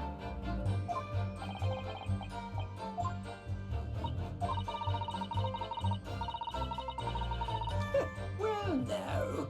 Oh, hello. Do you have something to say, Mr. McGilded? Excuse me. Is something wrong, Mr. McGilded? Oh, I do apologize. Was there something the matter, Consul? I'm just wondering if Miss Lestrade's last comment made something occur to you, perhaps. You seem to be thinking something to yourself. Oh, no, no. It was nothing important. I was feeling bad for the poor lass's all. I remember feeling desperate myself as a young lad, shut up in the dark. It was terrifying, so it was. I see. Yes, I'm sure we can all sympathize. I'm still scared of the dark now. I don't know about yourself, but I'd find that the darkness seems to make everything you hear seem that much louder as well.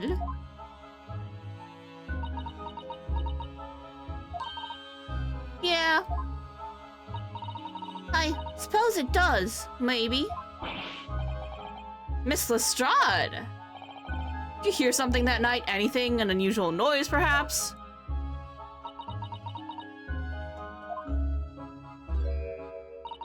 Nah, not really.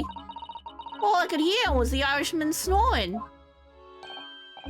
Jabbers! There's no need to tell the whole world of me foibles, you little scamp. What a pity. If only Miss Lestrade had heard something, it might have given us a vital new clue. Yeah. What should we make of that last statement of hers? We'll just say it's really important. My lord, I believe the statement just made by the witness is profoundly important. Profoundly important, but all she said was that she heard nothing. Yes, which is the profoundly important point. I'm almost sure of it. I'm almost sure that I don't understand the inner workings of your Eastern mind, Counsel. Nevertheless, Miss Gina Lestrade, you will supplement your formal testimony by repeating that last statement, please. What? Supplement? What are you on about? Don't give me all your fancy talk. Know what you're trying to do? Well, it won't work on me. That's right, insult the judge. Always a good move.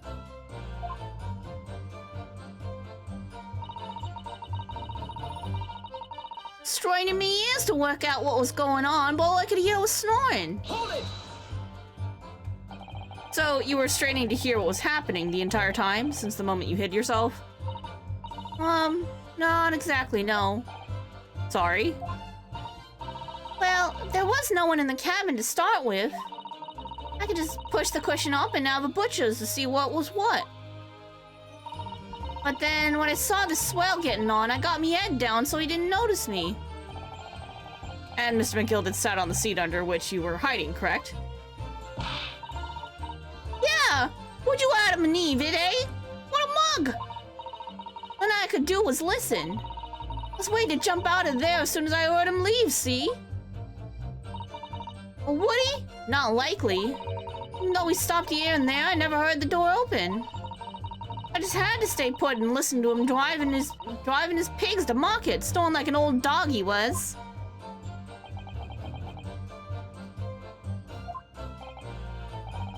Are there any conclusions we can draw from that, I wonder? That doesn't make sense because somebody should have opened the door to get in. Mr. Mason should have come in at some point. Miss Lestrade, what you have just told the court is clearly at odds with the facts. Huh? At odds? Are you sure, man? Absolutely. Seems my learned Nipponese friend is not as dull-witted as I feared. Though Van Zeeks realized it too.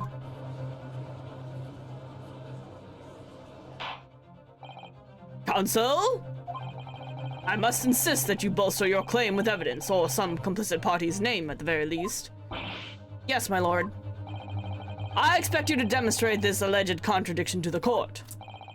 According to Miss Lestrade, while she was hiding in the omnibus that night, she heard nothing but the sound of Mr. McGilded snoring. But think, Yunosuke, think. There's something else she should have heard. Person. Very well, my lord. Allow me to elaborate. On a particular sound that Miss Lestrade could not have failed to hear on the night in question. Sound very clearly explained by the presence of the following person. She should have heard Price Fighter Mason boarding the omnibus. Take that! Twice fired, Mason. Yes, my lord. The sound that Miss Lestrade cannot have failed to hear is that of the victim, Mr. Mason, boarding the omnibus.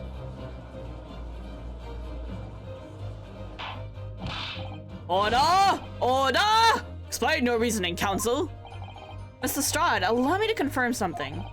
You claimed earlier that you were the first person on board the omnibus, is that correct? Yeah, of course I was. I got on while the driver was in the pub, didn't I? And the next person aboard the omnibus was Mr. McGilded? But it was. Not the soul who was in the cabin when I climbed aboard. At least not in plain sight. So you were, to all intents and purposes, alone in the enclosed cabin of the omnibus at that time? You didn't ought to say as much. I wasn't traveling with anyone else, if that's what you mean. Yeah, I saw him get on, remember? Through the crack under the seat cushion. Was on his own for sure. And from what we've heard, the carriage made a number of stops after that on its onward journey. During which time, did you not hear the door opening or closing at all? Nah, I never heard it. That's exactly what I was listening for, weren't I? Waiting for the swill to leave. In which case, when and how did the victim end up in the carriage? Ah! We know that the victim collapsed inside the enclosed cabin of the omnibus. Therefore, Miss Lestrade's statement about what she did or did not hear is at odds with the facts. Ah! Yes, this petty thief's statement was clearly flawed. Lord Van Zeeks! Yep. He knew. He knew all too well that there was an inconsistency in Miss Lestrade's statement. Would seem words of thanks are in order for my learned friend. What are you talking about?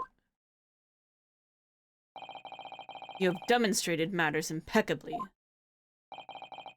This witness and her colorful statements are entirely unreliable. Her words are convenient untruths, nothing more.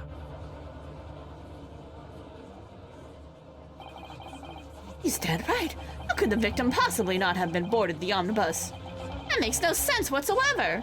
And this girl is a pickpocket? Let's not forget that.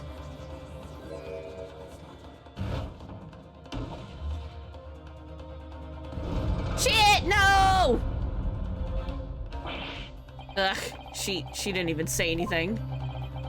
I didn't want to judge the dear little mite just because she has some rather naughty ways. But I must say,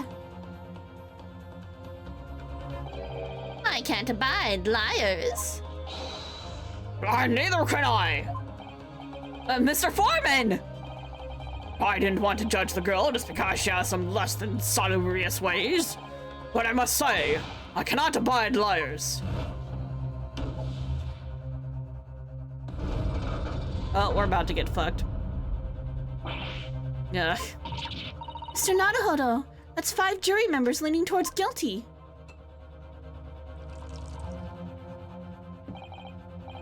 Well, your consideration for others is refreshing, my Nipponese friend. The considerable troubles you have spared me.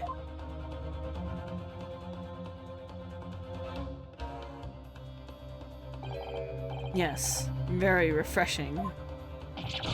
Ah! Ah! What are you playing at? Have you forgotten who you're working for, you useless Eastern Amadam?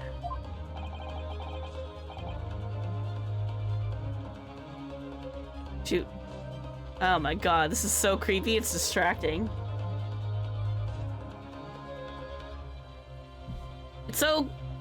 I'm so creeped out by this that I actually forgot what his voice was. Let me think for a second. Oh, never mind, I remember now. This is carnage, it's perfect. Juror number 2 is the only one left. Mr. Naruhodo, the way this is going... I know. If we can't find some new way to convince everyone of Mr. McGilded's innocence, the judge will rule and we'll have lost. I very much wanted to believe the words of one of London's most respected gentlemen, but those of us in service know we must accept hard truths. Don't do it! Don't do it! Don't do it!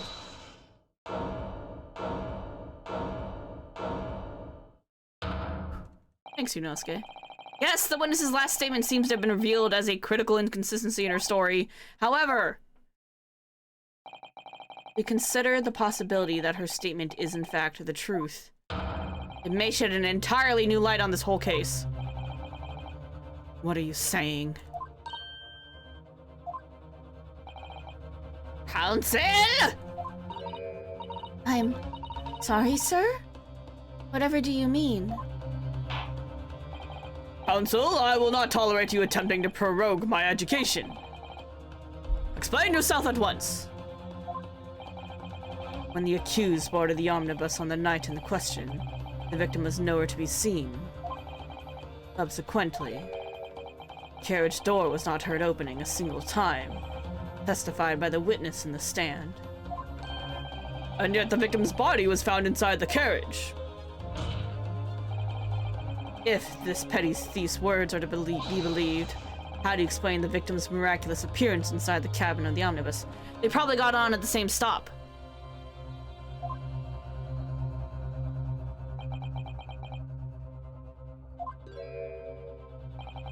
There's only one way to explain how the victim came to be inside the carriage. He was in there already, he was put there after he died.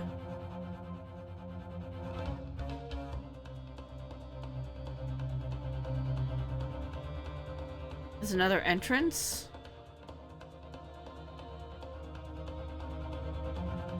What if he was put there after he died? Like the loud thud was the sound of the body being dumped in. But then how would they do that? Without opening the door.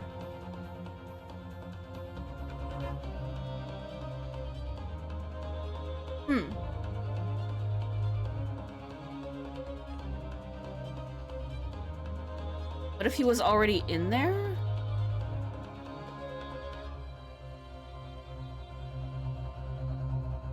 Oh man. It's either 1 or 3. Let's try 1 first. Clearly, he was in there already from beforehand. Tell me, my learned friend, what was the function of that clearly in your last sentence? Huh? Well said, Lord Van Zeeks. The clearly is troubling for me also. No. That's really not the point. The point is that the victim must have been inside the carriage from beforehand. And answer me this. By beforehand, to what specific point in time are you referring? Well, clearly, I shall have to penalize the defense heavily for this irrelevant rambling. Yeah, alright, that's fair. I must learn to ramble more relevantly. Penalty is evidently not heavy enough, judging from those Nipponese eyes. So I ask you again. If this petty thief's words are to be believed, I'd explain the victim's miraculous appearance inside the cabin of the omnibus.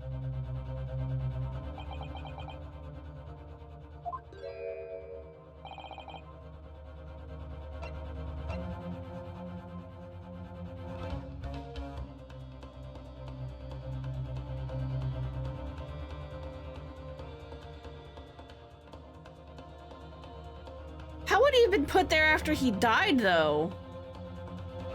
Hold on, let's think this through. Because he paid the fare, right? Or somebody paid the fare. Somebody had to load him in.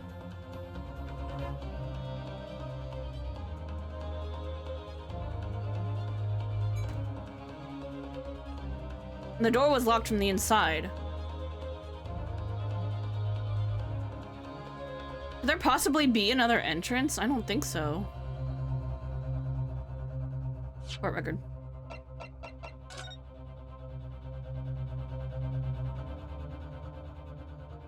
Phoenix Wright Omnibus.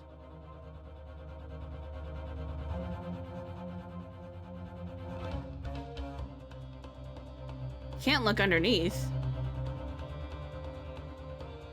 I can barely look up top. Oh, there is an entrance from up top. Oh, someone could dump the... You can dump the body from up here. There's a latch.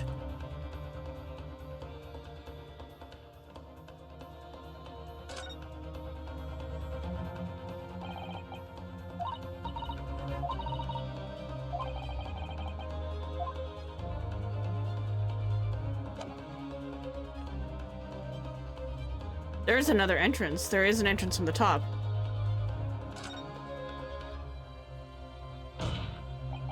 If the door wasn't opened even once, the only explanation is that the victim entered the enclosed cabin some other way. Objection. I wondered what new fantasy you would come up with in your blind panic. But behold, the omnibus is here for all to see. Only one side of the enclosed cabin is furnished with a door. The other only has windows. Fixed windows which cannot possibly open. In short, there's no entrance to the cabin other than the door. Objection. Hold on, there is one. But there could be. There's one possibility you haven't considered. Oh, really? Yes. One other way inside that isn't the door. Another opening, the use of which allowed the victim to appear inside the enclosed cabin. All right, counsel. The defense will identify the location for the court. Here's the omnibus on which the incident occurred. Where on earth is this entrance by which you propose the victim entered the cabin? I propose he got body dumped from the roof. Take that. Skylight. The answer is obvious. It can only have been the skylight. I say, the skylight? Objection. Your ludicrous proposal almost has me lost for words. However, Objection. the skylight may well be large enough for someone to pass through. Objection. So you claim. But do you have a shred of evidence to support your addle-brained theory?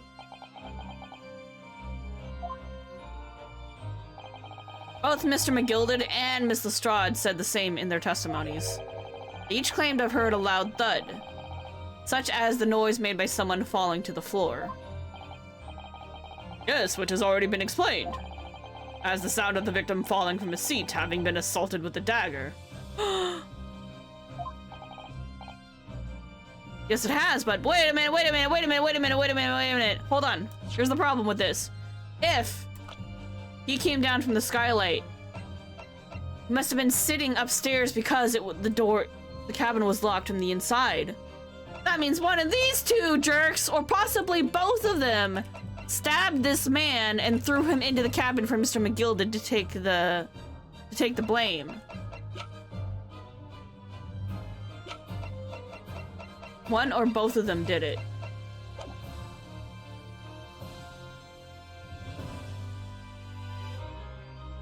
Yes, it has, but would a man slipping from the seat onto the floor really have made such a loud noise as the witness describes? A noise loud enough to cause Miss Lestrade to let out an involuntary cry, in fact. Good gracious! I was wondering about that. That was kind of weird. Perhaps, in fact, that was the moment that the victim made his entrance into the cabin. No, let me rephrase that. The victim didn't enter the cabin as such. He fell into it. Objection. You're now suggesting that the victim fell from the skylight into the cabin? Simply impossible. How can you be so sure? Because if the victim had fallen inside through the skylight, as you say, the passengers on the roof deck would have seen it happen. And yet, not one person made mention of such events in their testimony. Well, yes, that's true, but...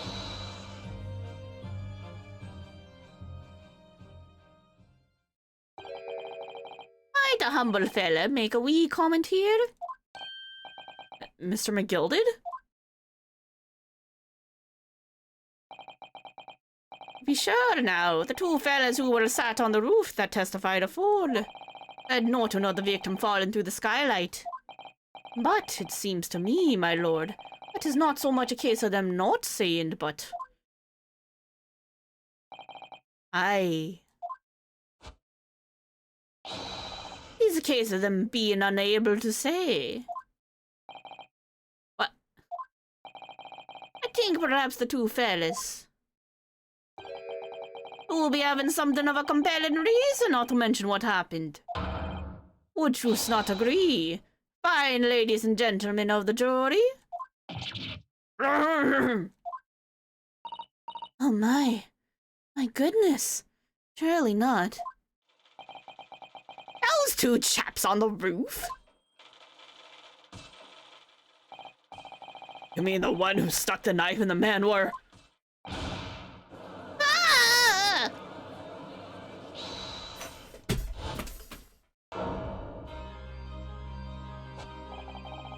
Just what exactly are you insinuating here, you blitherer? You rotter! He said, you rotter! Oh, what are you insinuating? This is flaming outrage! I have a good mind to give you a blinker in a minute. He'll give you a shiner in a minute, he said, and so will I! Mr. Fairplay!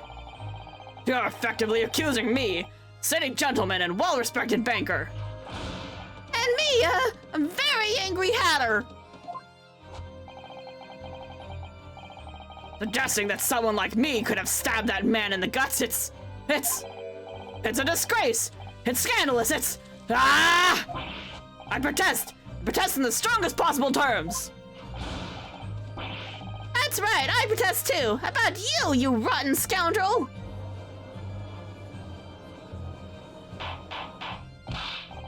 Order! Order!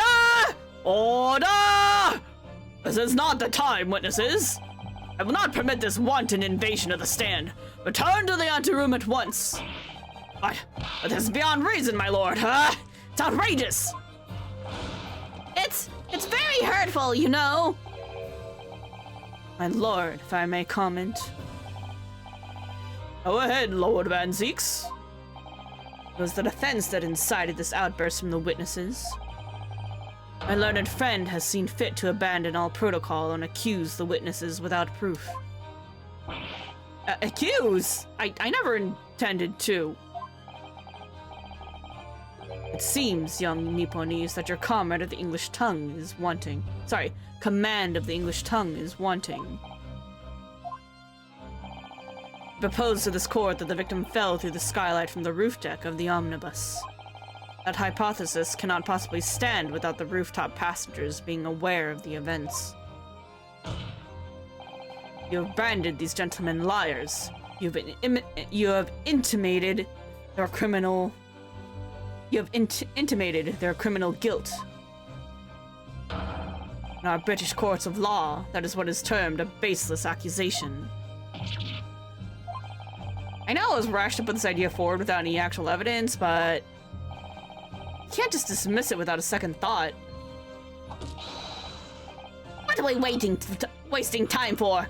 Get them to testify! I thought there was something fishy about that hat from the moment I laid eyes on the fellow. We have to see this matter through now, one way or another. If there's filth and rubbish in our midst, we must dispose of it at once.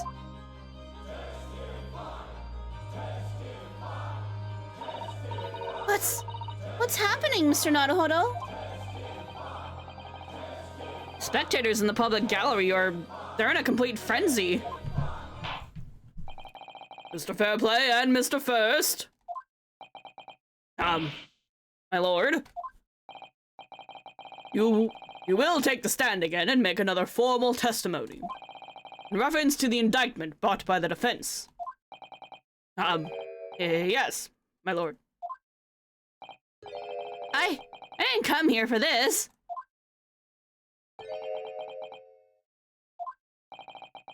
There's no time to think this through. All I can do is keep pushing forward.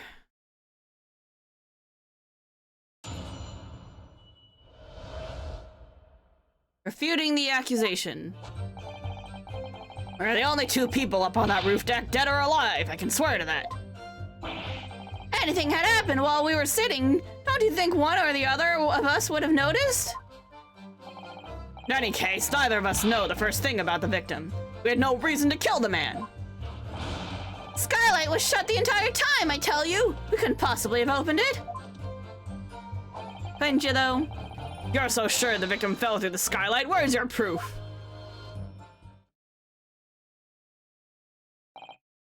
I must say that on listening to this testimony, it is somewhat hard to imagine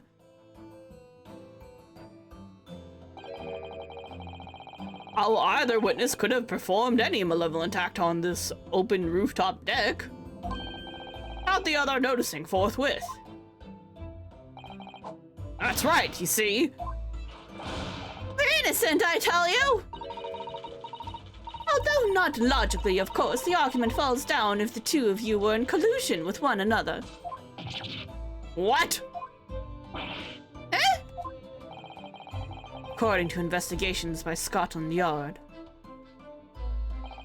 two witnesses share no common dealings. Ha! I don't trust coppers any more than I trust the stinking rich. Something doesn't feel right here. The trial is going in our favor, really. So why do I feel so uneasy?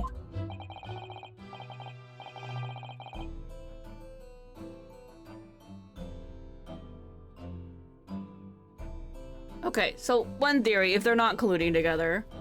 So at first, up on the rooftop deck, it could have been just Mason and then one of those two suspicious witnesses. Then stabs the man, dumps him in the skylight. He goes plop on the floor. And then, you know, they ride along and a dead body gets propped up and, you know, that's the reason why McGilded has time to talk with Gina Lestrade a little bit to find out who she is before, you know, before Faust looks down and goes, "Ah!" You know?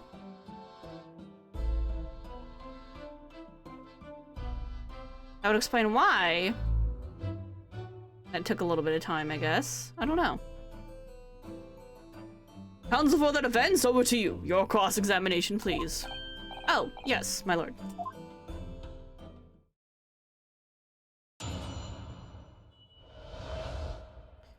Alright, refuting the accusation.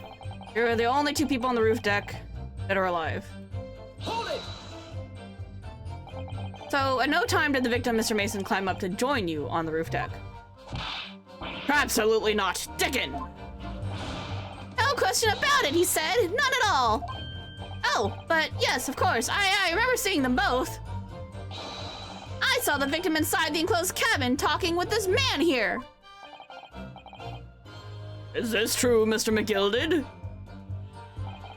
Dear me, my lord, at the risk of repeating myself, I boarded the omnibus alone and nodded off inside almost immediately. That's an outright lie! No doubt you were engaged in... Let me stop you there, fella, and ask, do you have any evidence at all, Ah, It's all about evidence in the courts these days, so it is. You do well to remember that. I saw you with my own eyes! This is going so well.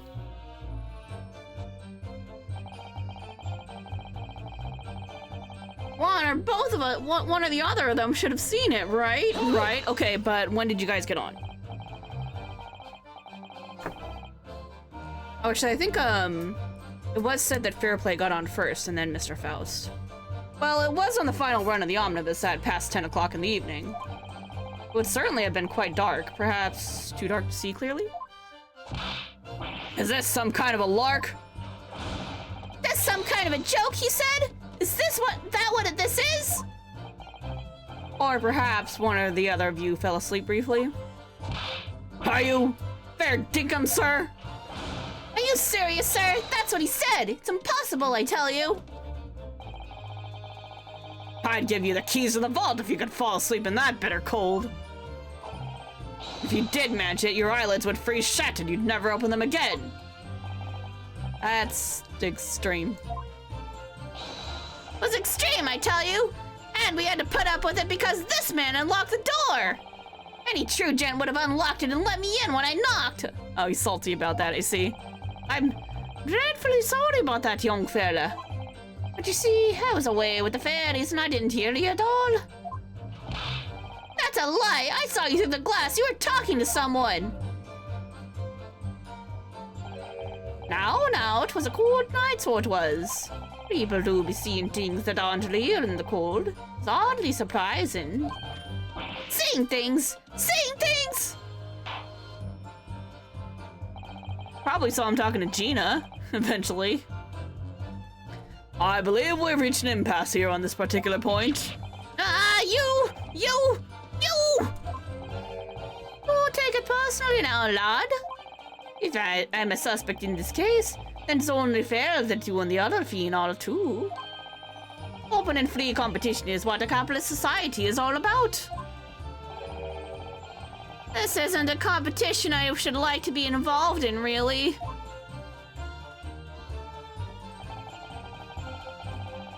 Neither of them know anything about the victim. So, you had never met Mr. Thrice-Fired Mason before?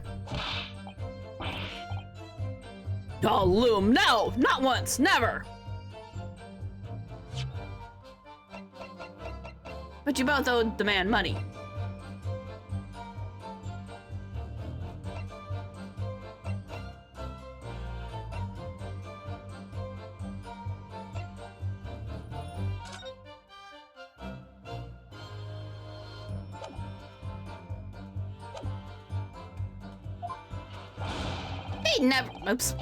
He'd never met the man before, he said. Never.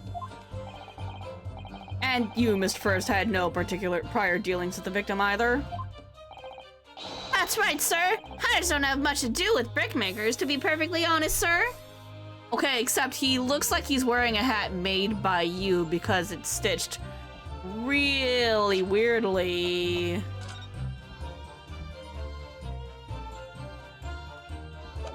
I'm pretty sure you know him. I think he's your client. Oh, I imagine not. See? How many different ways can I put this? Neither of us have the remotest... Neither of us have the remotest connection to the gentlemen who were inside the cabin. Don't remember that part where you owe this man money? Hey, McGilded, what do you got to say? Excuse me. Mr. McGilded? Yes, Counsel, what can I be doing for you? Doing here for? Did the witness's last statement give you pause for thought somehow? Not the remotest connection? Is that right now, I wonder? What are you insinuating now? Ah, Mr. Fairplay, it has been too long, so it has. I'm not very much mistaken. I believe it is fast approaching, is it not? Your repayment date. I beg your pardon? You borrowed 20 guineas from me, sir. At an unconscionable rate of interest. You tricked me. It's extortion. Well, now, it's not a touch of begrudgery, is it? The sort of begrudgery that might motivate a felon to pass his crimes off one another? Ah!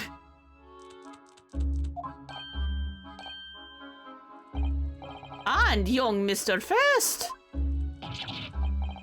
Me, sir? Well, what do you want with me, sir? You do be making arts for a living, do you not? That rare top hat sliding about on your head. Is that one of your own creations, is it? Oh, well, I'm still just an apprentice, you understand. I'm learning to find the perfect fit for whatever fine gent walks through the door. The perfect fit, is it? Well, it's a very distinctive design, so it is. Many customers like it, I tell you. They like a distinctive touch. Customers? Such as Thrice-Fired Mason? wants a photographic print of the victim submitted as evidence of fraud, my lord. Oh, this, you mean? Yeah, remember I just looked at that. Like, what a distinctive looking hat. I can't help thinking that this poor fella's hat looks distinctly familiar, wouldn't you say? Oh! That's one of my hats! Aye, that it is. So it would seem the brickmaker was a customer of yours. The sort of customer I'd wager you could have had a wee quarrel with over the distinctiveness of the goods. Oh, no, sir. Absolutely not, sir. Well, there's really nothing more to add. It wouldn't be right to say that the two fellas here have the remotest connection to the victim, you see.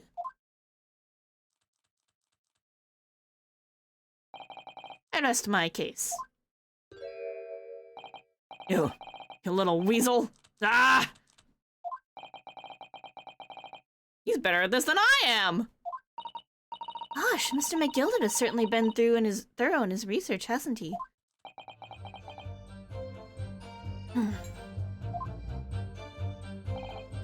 Please don't let me little interruption hold up the proceedings. Nice, we got an achievement for that. Skylight was shut the entire time, he says. They couldn't possibly have opened it. Yeah, they could have. Are you quite certain about that the skylight was shut the entire time? I'm gonna lose my block with you in a minute. He's gonna lose his rag with you in a minute, that's what he said. Take a look for yourself. Go on. See? Shut fast now, just like it was on that night. Okay, but the latch is like literally right there. So it is. Of course, a fella the size of Mr. Mason could likely break right through it, still and all. What? Just looking at the size of the thing, you understand? Now you hold on there a minute. The size of the thing means nothing.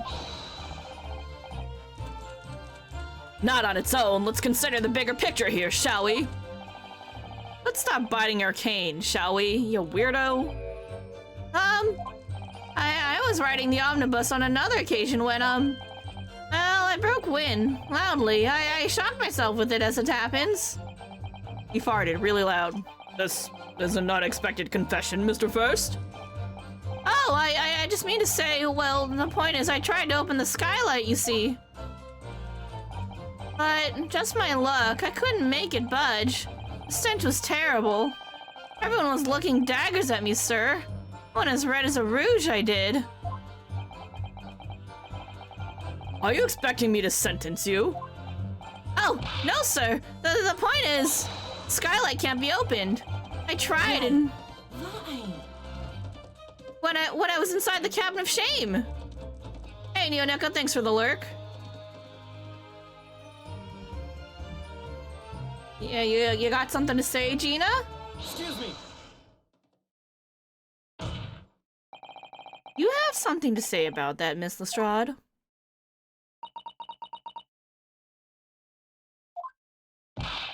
Miss Lestrade.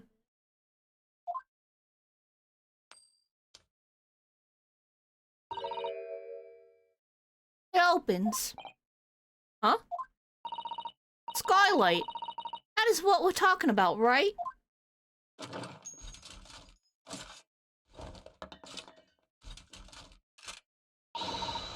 All them skylights open dead easy. More easily than you can load that weapon?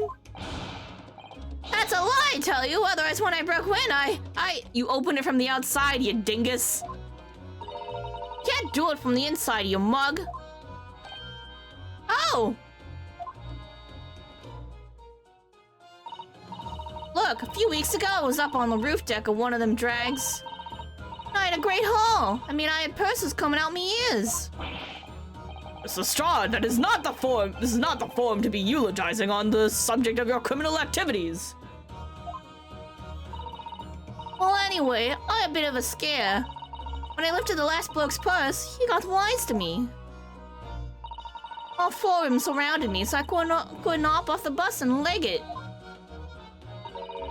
What I did was I used the skylight, opened the catch, and jumped right through. What? Yeah, the catch with them skylights is on the top side. That's why you can't open them from the inside. From the cabin. Skylight opens from the roof deck? Bailiff! Climb up onto the roof of the omnibus at once and verify this witness's claims. It's literally right there. Very easy to see. Look at that, side's right open. Ah! Oh, my hat! See?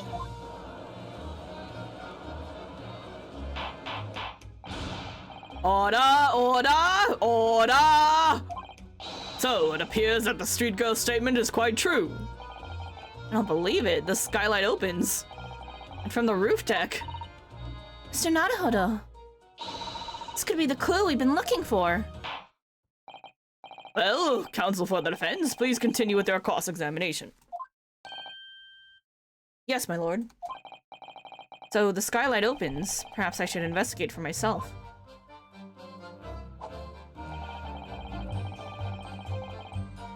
Are so sure the victim fell through the skylight. Where's our proof?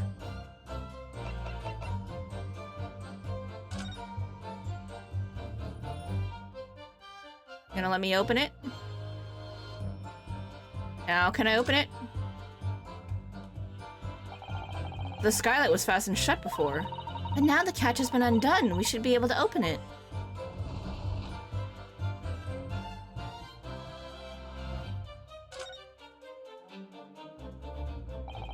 You can certainly see the inside of the carriage through this opening, that's for sure. Yes, and there's a lamp in the enclosed cabin. So I'm sure the witnesses would have been able to see quite clearly. That's not good for us.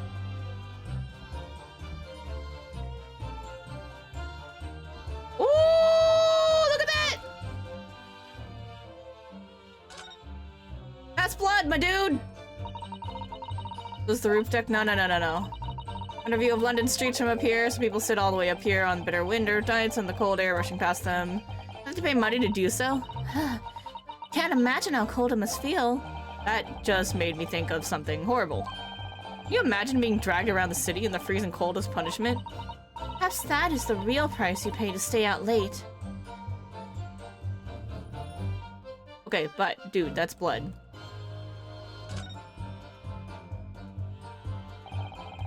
No, the blood! How do I look at the blood?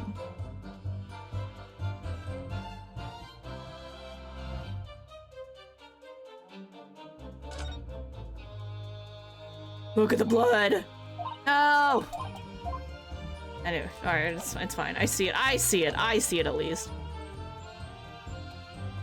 We're gonna press it first, and then we're gonna present the carriage and be like, there's blood up there! Proof. That's right, I demand to hear it. We came here to say what we saw, I tell you! Not for this! You call us both shysters, brand us as criminals. You call us liars, that's what he means, and accuse us of doing it! As it stands at the moment, there's no hard evidence that incriminates you sailors, now is there? I believe we're in much the same position as one another here. Huh? Ah! If I don't crack this case soon, he'll crack his teeth. I wonder if these two men really were involved in some way. I couldn't say. I mean, I don't really know anything about them, do I? Although, by the same token, I don't really know anything about Mr. McGilded either. It's so hard to know what to believe here. I think we should try to remember that it's evidence alone that can truly determine the outcome of a trial. Evidence. No one can argue against decisive evidence, including the members of the jury. So you're saying that what we need now is to find a conclusive piece of evidence? Yes, Mr. Naruhodo, precisely.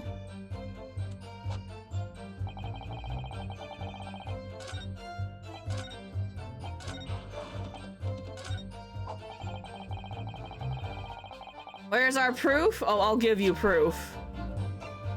Let's take a look at this, shall we? Objection. No?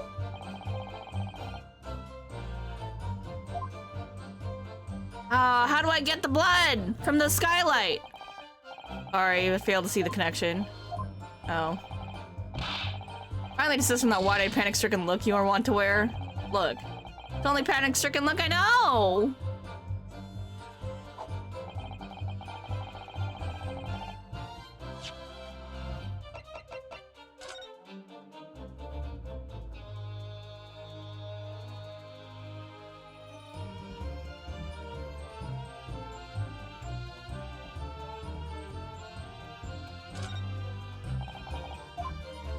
Okay, what if we go inside and then look up?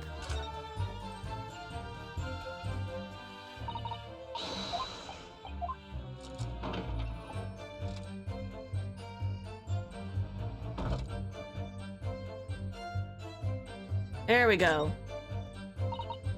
Yes, it does open very wide, doesn't it? Why didn't I have to kick someone like you through, sir? Oh, Why didn't I have to kick someone like you through, certainly, Mr. Naruhodo? why someone like me? What is it? Look, just here. Look at this. Blood. That's without question. It's blood. Why would there be a blood stain there? Surely. It can't be unrelated to the case, can it? There we go. There's a blood stain visible on the frame of the skylight when it's open. Now I can present it. I was right, I just needed to get the game to know that I was right.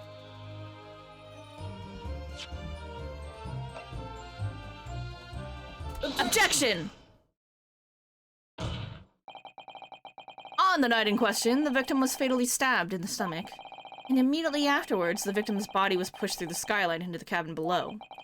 Those are the facts, and the irrefutable proof remains clearly visible in the omnibus that stands before us today in this very courtroom. What? That's utter humbug! You can't possibly have any evidence. No, you can't! I mean, we didn't do it, I tell you! It's impossible! Irrefutable proof here in this courtroom. Counsel? My lord. I believe everyone would appreciate a little clarification here. Where exactly within the omnibus is this evidence to which you allude? You will point out what it is that proves the victim fell from the roof deck through the skylight. Oh, you mean this very suspicious bloodstain right here? Got it! By Jupiter, is that blood? Ah! This bloodstain proves two things. Firstly, when the incident occurred, the skylight of the omnibus was open. What? And secondly, the victim was already bleeding when he fell through the opening. Oh my! And so it follows that Mr. McGilded, who was inside the enclosed cabin himself at the time, cannot possibly be guilty of this crime. Ah! No!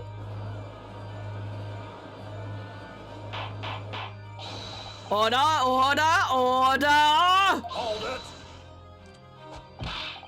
But the blood could have sprayed up there when the fellow was stabbed inside the cabin. How do you think stabbings work, my dude? It only found its way to that one particular spot in the skylight? Sure, and that would be very convenient. Ah.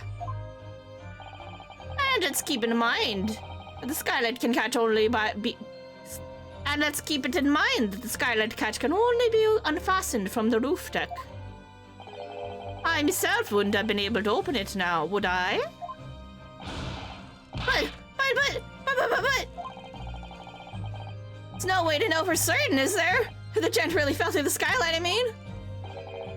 Why don't you have a good look at the floor of the cabin between the two seats, Mr. First? It's all too plain, if you see. There's the aftermath that shows the poor fella dropped from a far height right there, so it is. What? No.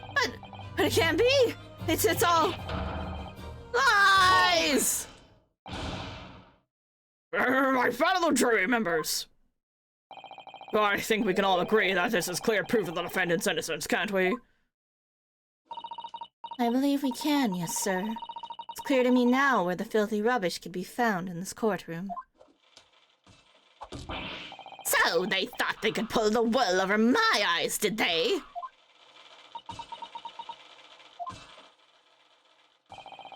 I won't tolerate any of the guild's carriages being sullied with blood. I won't tolerate it.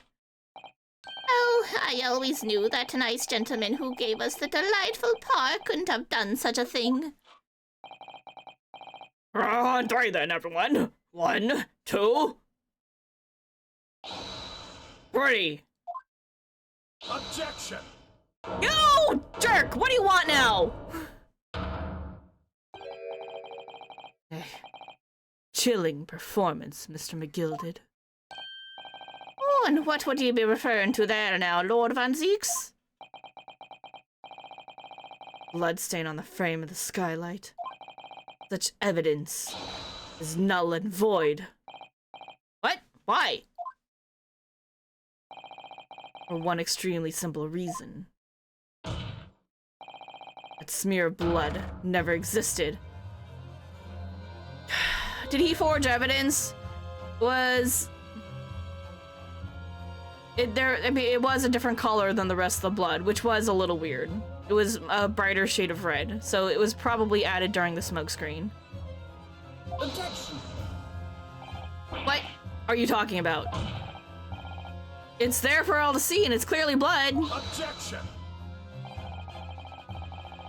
I personally attended Scotland Yard's investigation of the omnibus. The officers involved went over the carriage with a fine-tooth comb. I can state with absolute surety,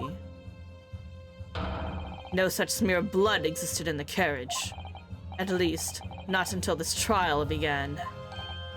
But are you suggesting, Lord Van Zeeks, that the stain of blood was Fabricated, my lord. Yes, and while this court has been in session. What?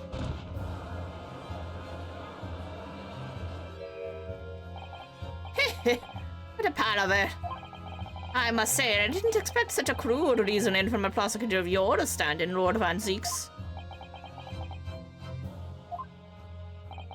But I'm Magnus McGilded, a fella known all over the capital for his fine contributions to public life. I don't take kindly to slander, and I'll fight it to the bitter end. Even if it's rolling off the tongue of the Reaper of the Bailey. Mr. McGilded, I realize that this is your first appearance in court as the accused. However, I am well aware of your involvement behind the scenes in a great many affairs of dubious nature. You're very adept when it comes to avoiding getting your own hands dirty. And each time it happens that a case you're involved in is investigated, you adapt the facts. Adapt the facts? What does that even mean? When you wield a fortune the size of Mr. McGilded's, however ill-gotten it may be, nothing is impossible. Tampering with evidence, manipulating the scene of a crime, bribing witnesses. I toast your ability to concoct the most convenient of stories, sir. Tut tut, Lord Van Zeeks, this will not do to be shared. Will it now, counsel? Huh? Oh, no! I think it's fair to say that this does all sound like a rather far-fetched excuse by a desperate man. Blood on the skylight didn't exist, you say? But if you so will cast your minds back, it is not true that the omnibus there has been in the courtroom this entire time. How could anyone possibly have put a smear of blood in it without the world and his wife seeing? Isn't that right now, counsel? Smoke bomb, it's true. The omnibus has been in full view the entire time that the courtroom has been in session. No, it hasn't. My learned friend.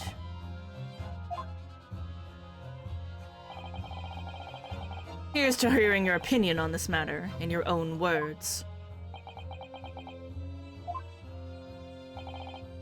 As you wish. Someone have tampered with the omnibus during this trial. If you're asking me, I think it could have been possible during the smokescreen.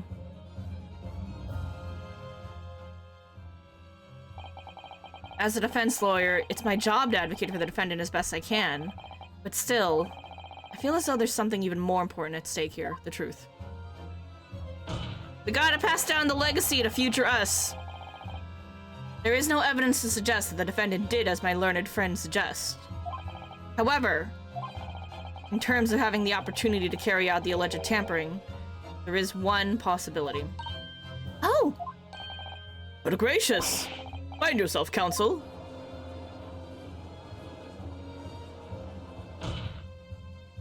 Yes, there is. It seems my learned Nipponese friend has no intention of running from this deceit. Deceit? I'm sure everyone still remembers clearly the recess that we were forced to take as a result of the smoke grenade fired by the witness currently in the stand, Miss Gina Lestrade.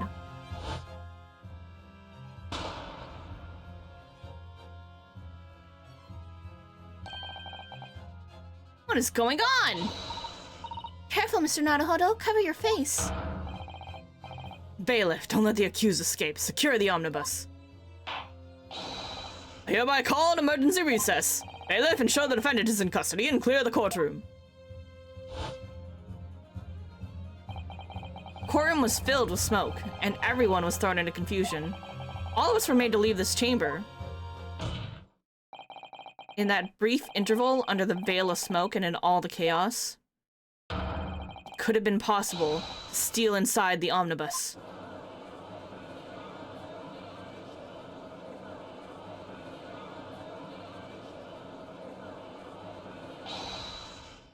Are you wise? What are you trying to pull here? You're not in feckless gouger! Feckless? Gouger? You're supposed to be defending me! The wicked plot. The plot to undermine me, so it is. Objection! Whatever you think this is, it changes nothing. The facts are the same. After this courtroom was evacuated earlier as a result of the smoke grenade, a number of inconsistencies materialized in relation to the omnibus. Inconsistencies? Oops. Such as? Start with the storage compartment underneath the rear passenger seat. When the police investigated the omnibus, this compartment was full of the driver's items. Secondly, we had the smear of blood on the edge of the skylight. As said, that was not present at the start of the trial this morning. Unfortunately, Lord Van Zeeks, no one is able to corroborate your claims. That's true. When the omnibus was first wheeled out, both the storage compartment and the skylight were shut. Accordingly, I'm afraid to say, we cannot establish with any certainty if this evidence is the result of tampering or not. Indeed, my lord. No doubt there was not a single person who saw fit to verify such things. What do you think? Ari? About the omnibus. Is there anything else unusual about the omnibus?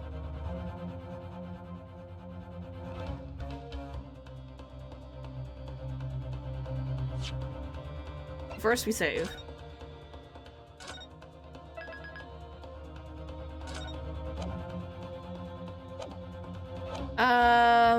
Let's say we have an inkling and then figure it out. My lord. Yes, counsel? There is one further inconsistency. A mark that surely could not have been present at the start of the trial. What? What in the devil's name are you going to say now? If you dare to betray me, you little maggot, you'd better start watching your back. Silence, McGilded. Court awaits the defense's clarification. This trial keeps swinging one way and then the other. I have no idea what the truth is and what's deception.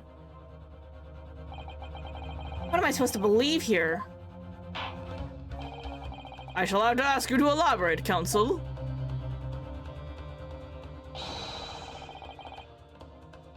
Where exactly is this alleged mark that you claim appeared at some point during the trial?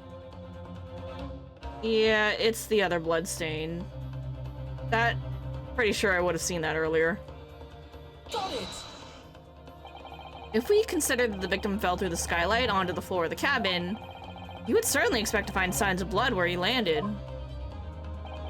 But as far as I recall, this bloodstain on the cabin floor was not there when the omnibus was first brought into the courtroom. Good lord!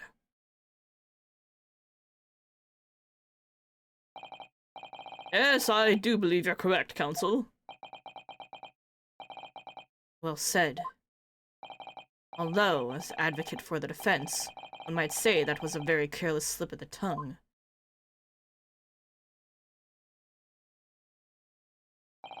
I believe that bloodstain on the floor is a decisive piece of evidence. But if the question is whether that evidence is genuine or whether it was unlawfully fabricated by someone, I feel compelled to admit that there's at least a possibility that the evidence is fake.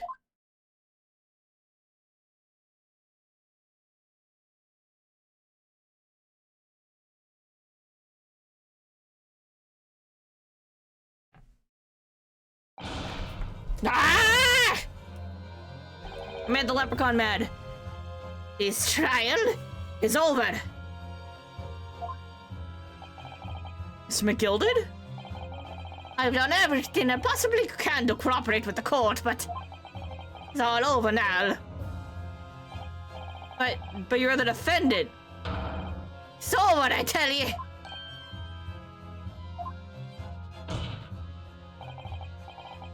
Memory, recollection. What people think this all is all a nonsense. Facts are what counts. The fact is that bloodstain is there now. Well, Over the course of this desperate trial, long and extremely drawn out as it has been, that good for nothing Reaper the Bailey has failed to present any decisive evidence at all. I'm scandalized, so I am, but I thought better of Lord Van Zeeks. Well, my lord?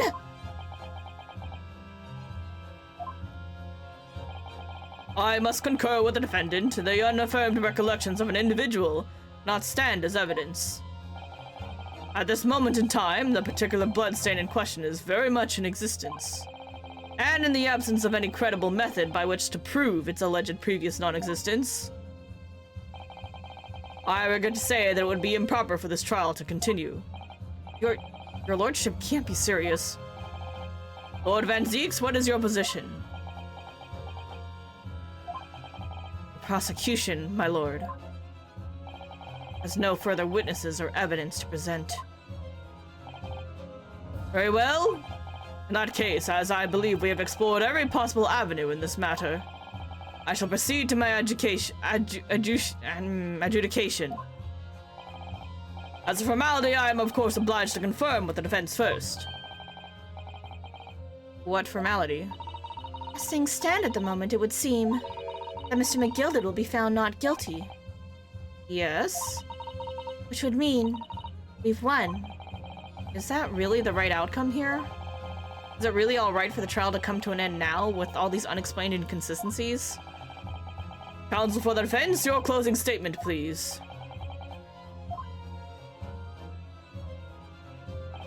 Yes, my lord. Defense believes... Oh no, don't do this to me. This is a test of our morals.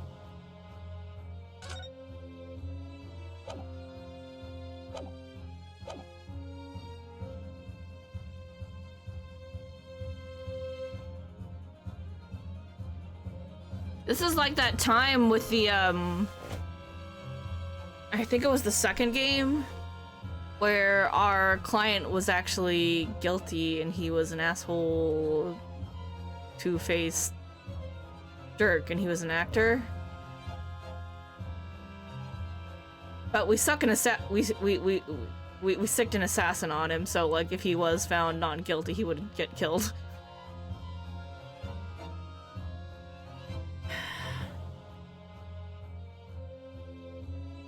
Nope. We gotta set a good precedent for Phoenix. Gotta go with the truth. Defendant could be guilty. I'm here in this courtroom today to advocate for the defense of my client, Mr. McGilded. However, at this moment in time, I cannot in all good conscience attest fully to the defendant's innocence. What are you saying, man? Without any question, there is no conclusive evidence to prove that the defendant is guilty. However, there is also no conclusive evidence to prove that he is innocent. But gracious me! Order! Order! This is unprecedented behavior, counsel. Defense lawyer calling the accused's innocence into question? Are you sound of mind?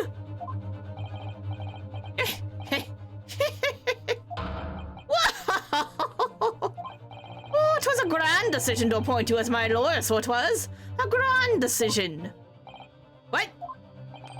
I must say, I didn't expect quite such an exciting spectacle at the end there, but still. Here, have this for your troubles. Your job here is done, fella, and some fine work you've done, so you have. What do you mean? It's just as the right honorable gentleman so succinctly put it afore. The trial can't go on anymore. And your closing statement there was, how did he put it now? Nothing more than a formality.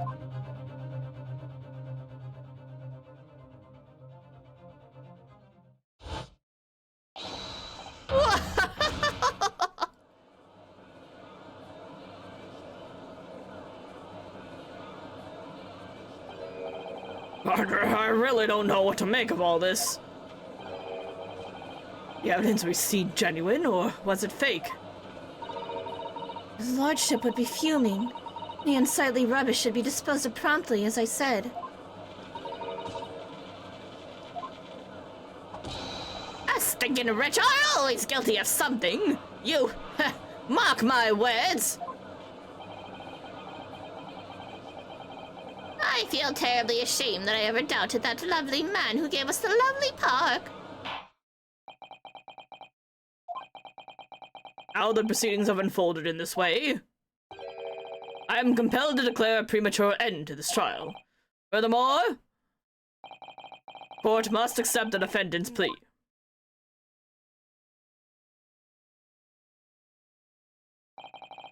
I thank you kindly, my lord.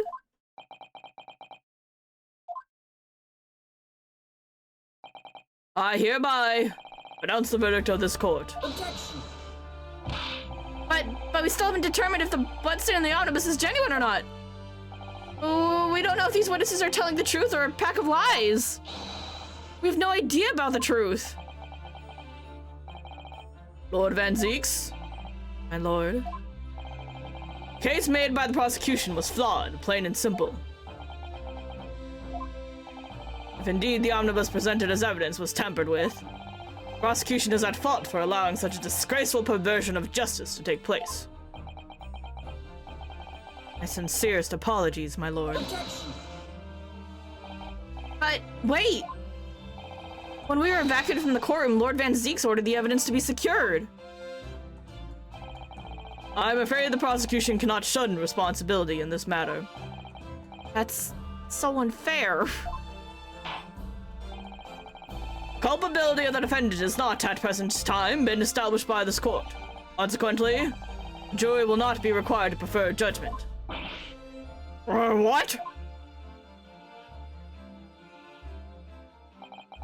Well, Lord Van Zeeks, it's been a pleasure, so it has. And as for you, my dear fella, I couldn't have asked for a better defense.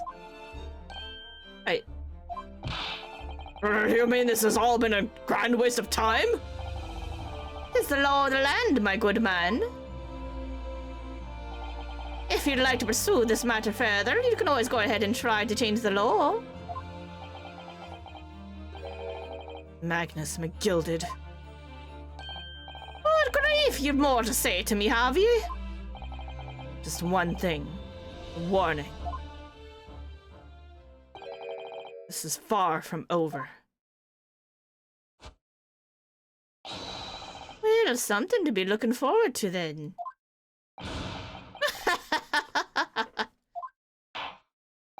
I hereby pronounce the defendant, Mr. Magnus McGilded.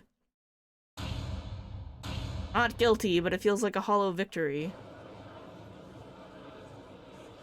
He's gotta come back later and get found guilty of something, right? He's gotta. Like, I don't really know if he was truly innocent. We're gonna see that this is not the end of this man. We're gonna see him again. I don't know if he's gonna be involved in something. I can't believe this is an outrage. They should have examined the evidence more. What are you talking about? The man's been cleared. He's innocent. He's gonna come back in some way. We're either gonna have to defend him again, or like he's gonna be, you know, a victim. I don't know, or like a witness. We're gonna see this man again. With the courtroom in pandemonium for the second time that day, the judge delivered his verdict. My first ever trial in Great Britain came to an abrupt end. With the defendant being found not guilty, ostensibly a victory for us.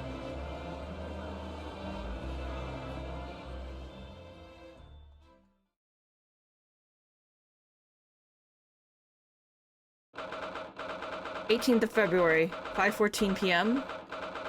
The Old Bailey, defendant's antechamber.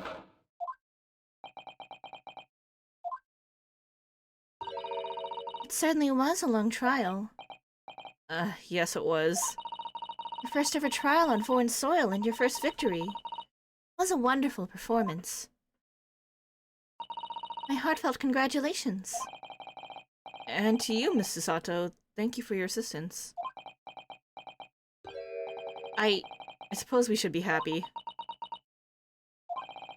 Trouble is, we're still completely in the dark about what actually happened. Well, we didn't have enough time. But isn't it wrong? I mean, who was actually responsible for Mr. Mason's death? We don't even know that. It does feel empty. Usually we figure it out, so this is like, I'm uncomfortable. The sole aim of the defense is to obtain a verdict that exonerates the defendant. You carried out your duty to perfection. Aye, that you did. Mr. McGill did. Ah, and that girl's with him too. Well, it seems the stories are true. Oh, what stories? About the 6 enormous fireworks they do be letting off when there's a verdict of not guilty. I'm sure you must have seen them now. Spectacular, wouldn't you say? Oh, I thought that was just visuals for us. That shit's actually happening? Okay, sure. Yes, definitely. I heard it was a sight to behold, and to be sure it was. And I've you to thank, I suppose, for having an opportunity to see it. I don't know about that. I'm not really sure I did anything. What on earth are you saying, fella? How did I walk out of there a free man, then? I don't think it was so much thanks to me as down to your planning. You're the straight-talking fella, aren't you? I must say, you had me astray in the head of there once or twice. But you're young and headstrong. Ah, 'tis water under the bridge. Congratulations, Mr. McGilded, on having your name cleared. But nothing's resolved. There is only one thing that matters to me. Oh? Aye. They've all seen that I didn't do the notorious and absconded deed. It's grand, is it not? I suppose it is. Now the fine fellows of Scotland Yard can take matters in hand and sort out any wee details. They'll see it for what it is. They'll get to the truth. I have absolute faith in them, so I have. After all, I do be providing a good number of their wages with all the taxes I pay. Ooh, you mean that means he's got Scotland Yard under his thumb? That means probably whoever secured the omnibus was under his payroll and planted the false evidence. It's not that funny. So then, as we agreed aforehand, 1,000 guineas for your troubles, fella. That's a lot of money! Oh, no, I couldn't possibly accept that much. Ah, be wise! You're a humble people, are you, from the east? Well, if you insist. Have this still and all. Deserve a reward. Mr. Magnus McGilded! Everything is ready, sir, if you'd like to follow me into the courtroom. Into the courtroom? What's this, officer? Sooner than I was led to believe. I hope it's not too inconvenient, sir. There are some changes to the schedule.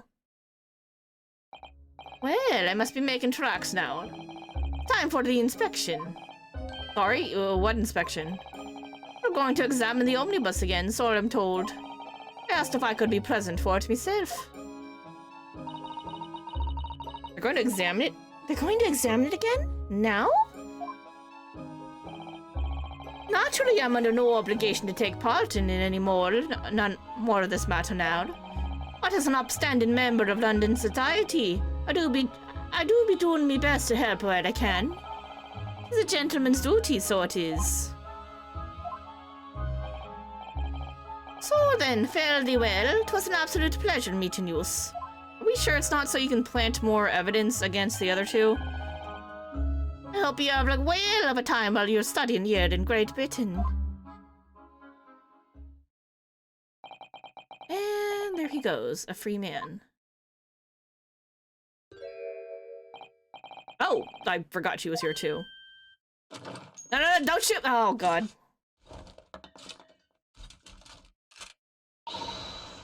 Don't move. Whereas I want to say, get a move on! She really does take forever to load that thing. Miss Lestrade, would you mind putting that thing down? You are grown up. Sorry. I ain't all grown-ups.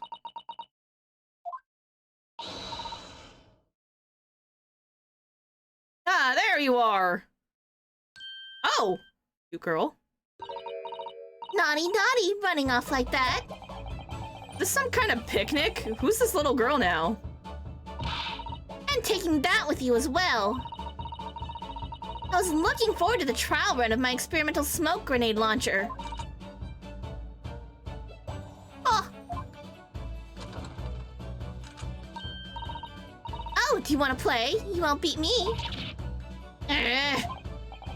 Excuse me, but who are you?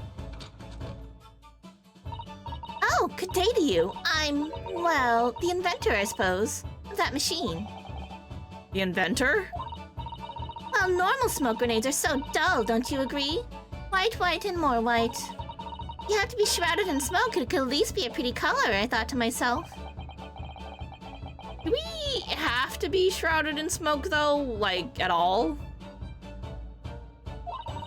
I just took my eyes off of it for a moment whilst I was changing onto a different omnibus and she pinched it. Luckily, I fitted it with a telegraphic beacon. What's it now? What? I have no idea what this girl's talking about. Anyway, you're coming with me now, back to my laboratory. What? What for? To apologize, of course, silly, to my technician. What? You mean, say sorry? You must say sorry when you've done something wrong. Surely an adult has told you that before. An adult? Oh, I don't listen to no adults. Come along then, follow me. Fine, have it your way. Oh good, you see, I knew you'd want to do the right thing in the end.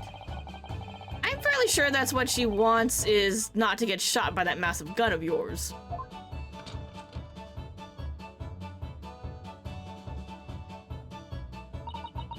I'll be leaving now then. Bye-bye. I'm so sorry for all the fuss. It was a lively one.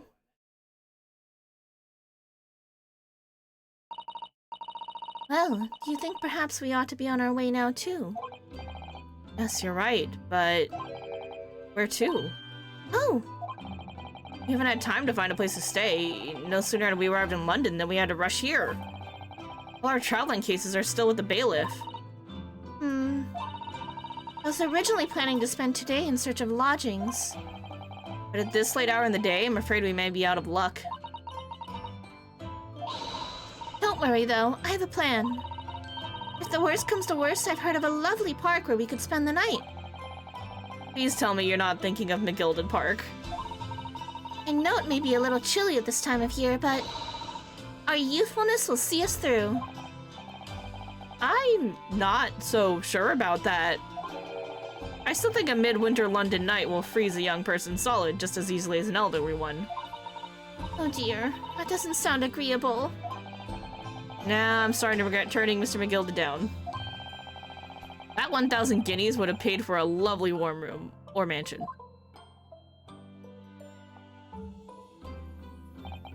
So, trial to determine my worthiness for the study tour was over by the end of our first day in London. However, as we were soon to learn, there were more trying times ahead, just as the Reaper of the Bailey had warned. The case was far from over. Oh god, of course there's gonna be more. Alright.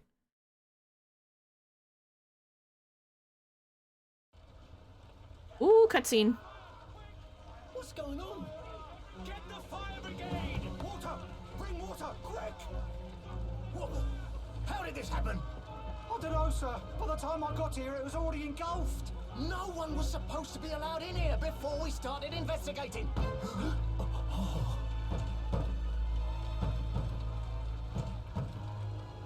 No. Oh, good God. Someone's stuck in there. There's someone in there.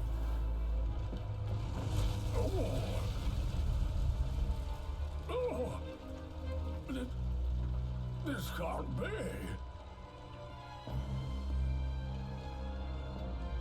Holy shit. Who's in there? Oh, someone's getting burned alive.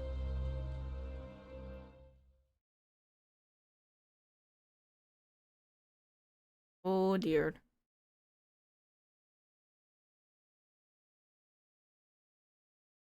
The Realm of the Reaper. Yeah, we're definitely gonna save.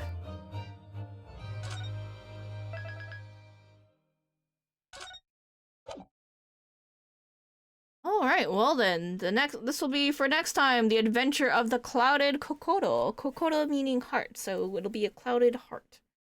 Well, I think that's where we call it here for the Oop. Fine, don't let me scroll. Alright, here we go. That's gonna do it for me tonight.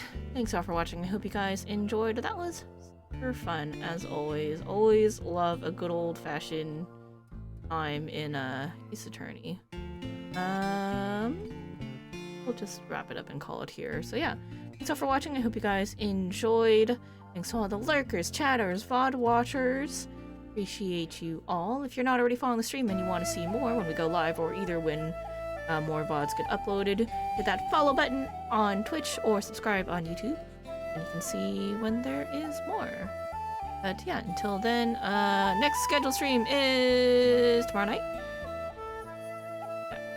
Sorry, yeah, tomorrow night for, we'll be doing some more things with the FC and FF14. We may go live a little sooner for some Eureka Orthos, maybe, depending on how things go, or if for some reason people want to stay up late today, there may be an impromptu for that, but I doubt it. So, yeah, probably tomorrow for some FF14 goodness, and then we'll do that.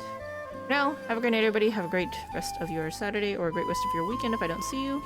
And I hope to catch you guys next time. Alright, bye everybody, bye-bye!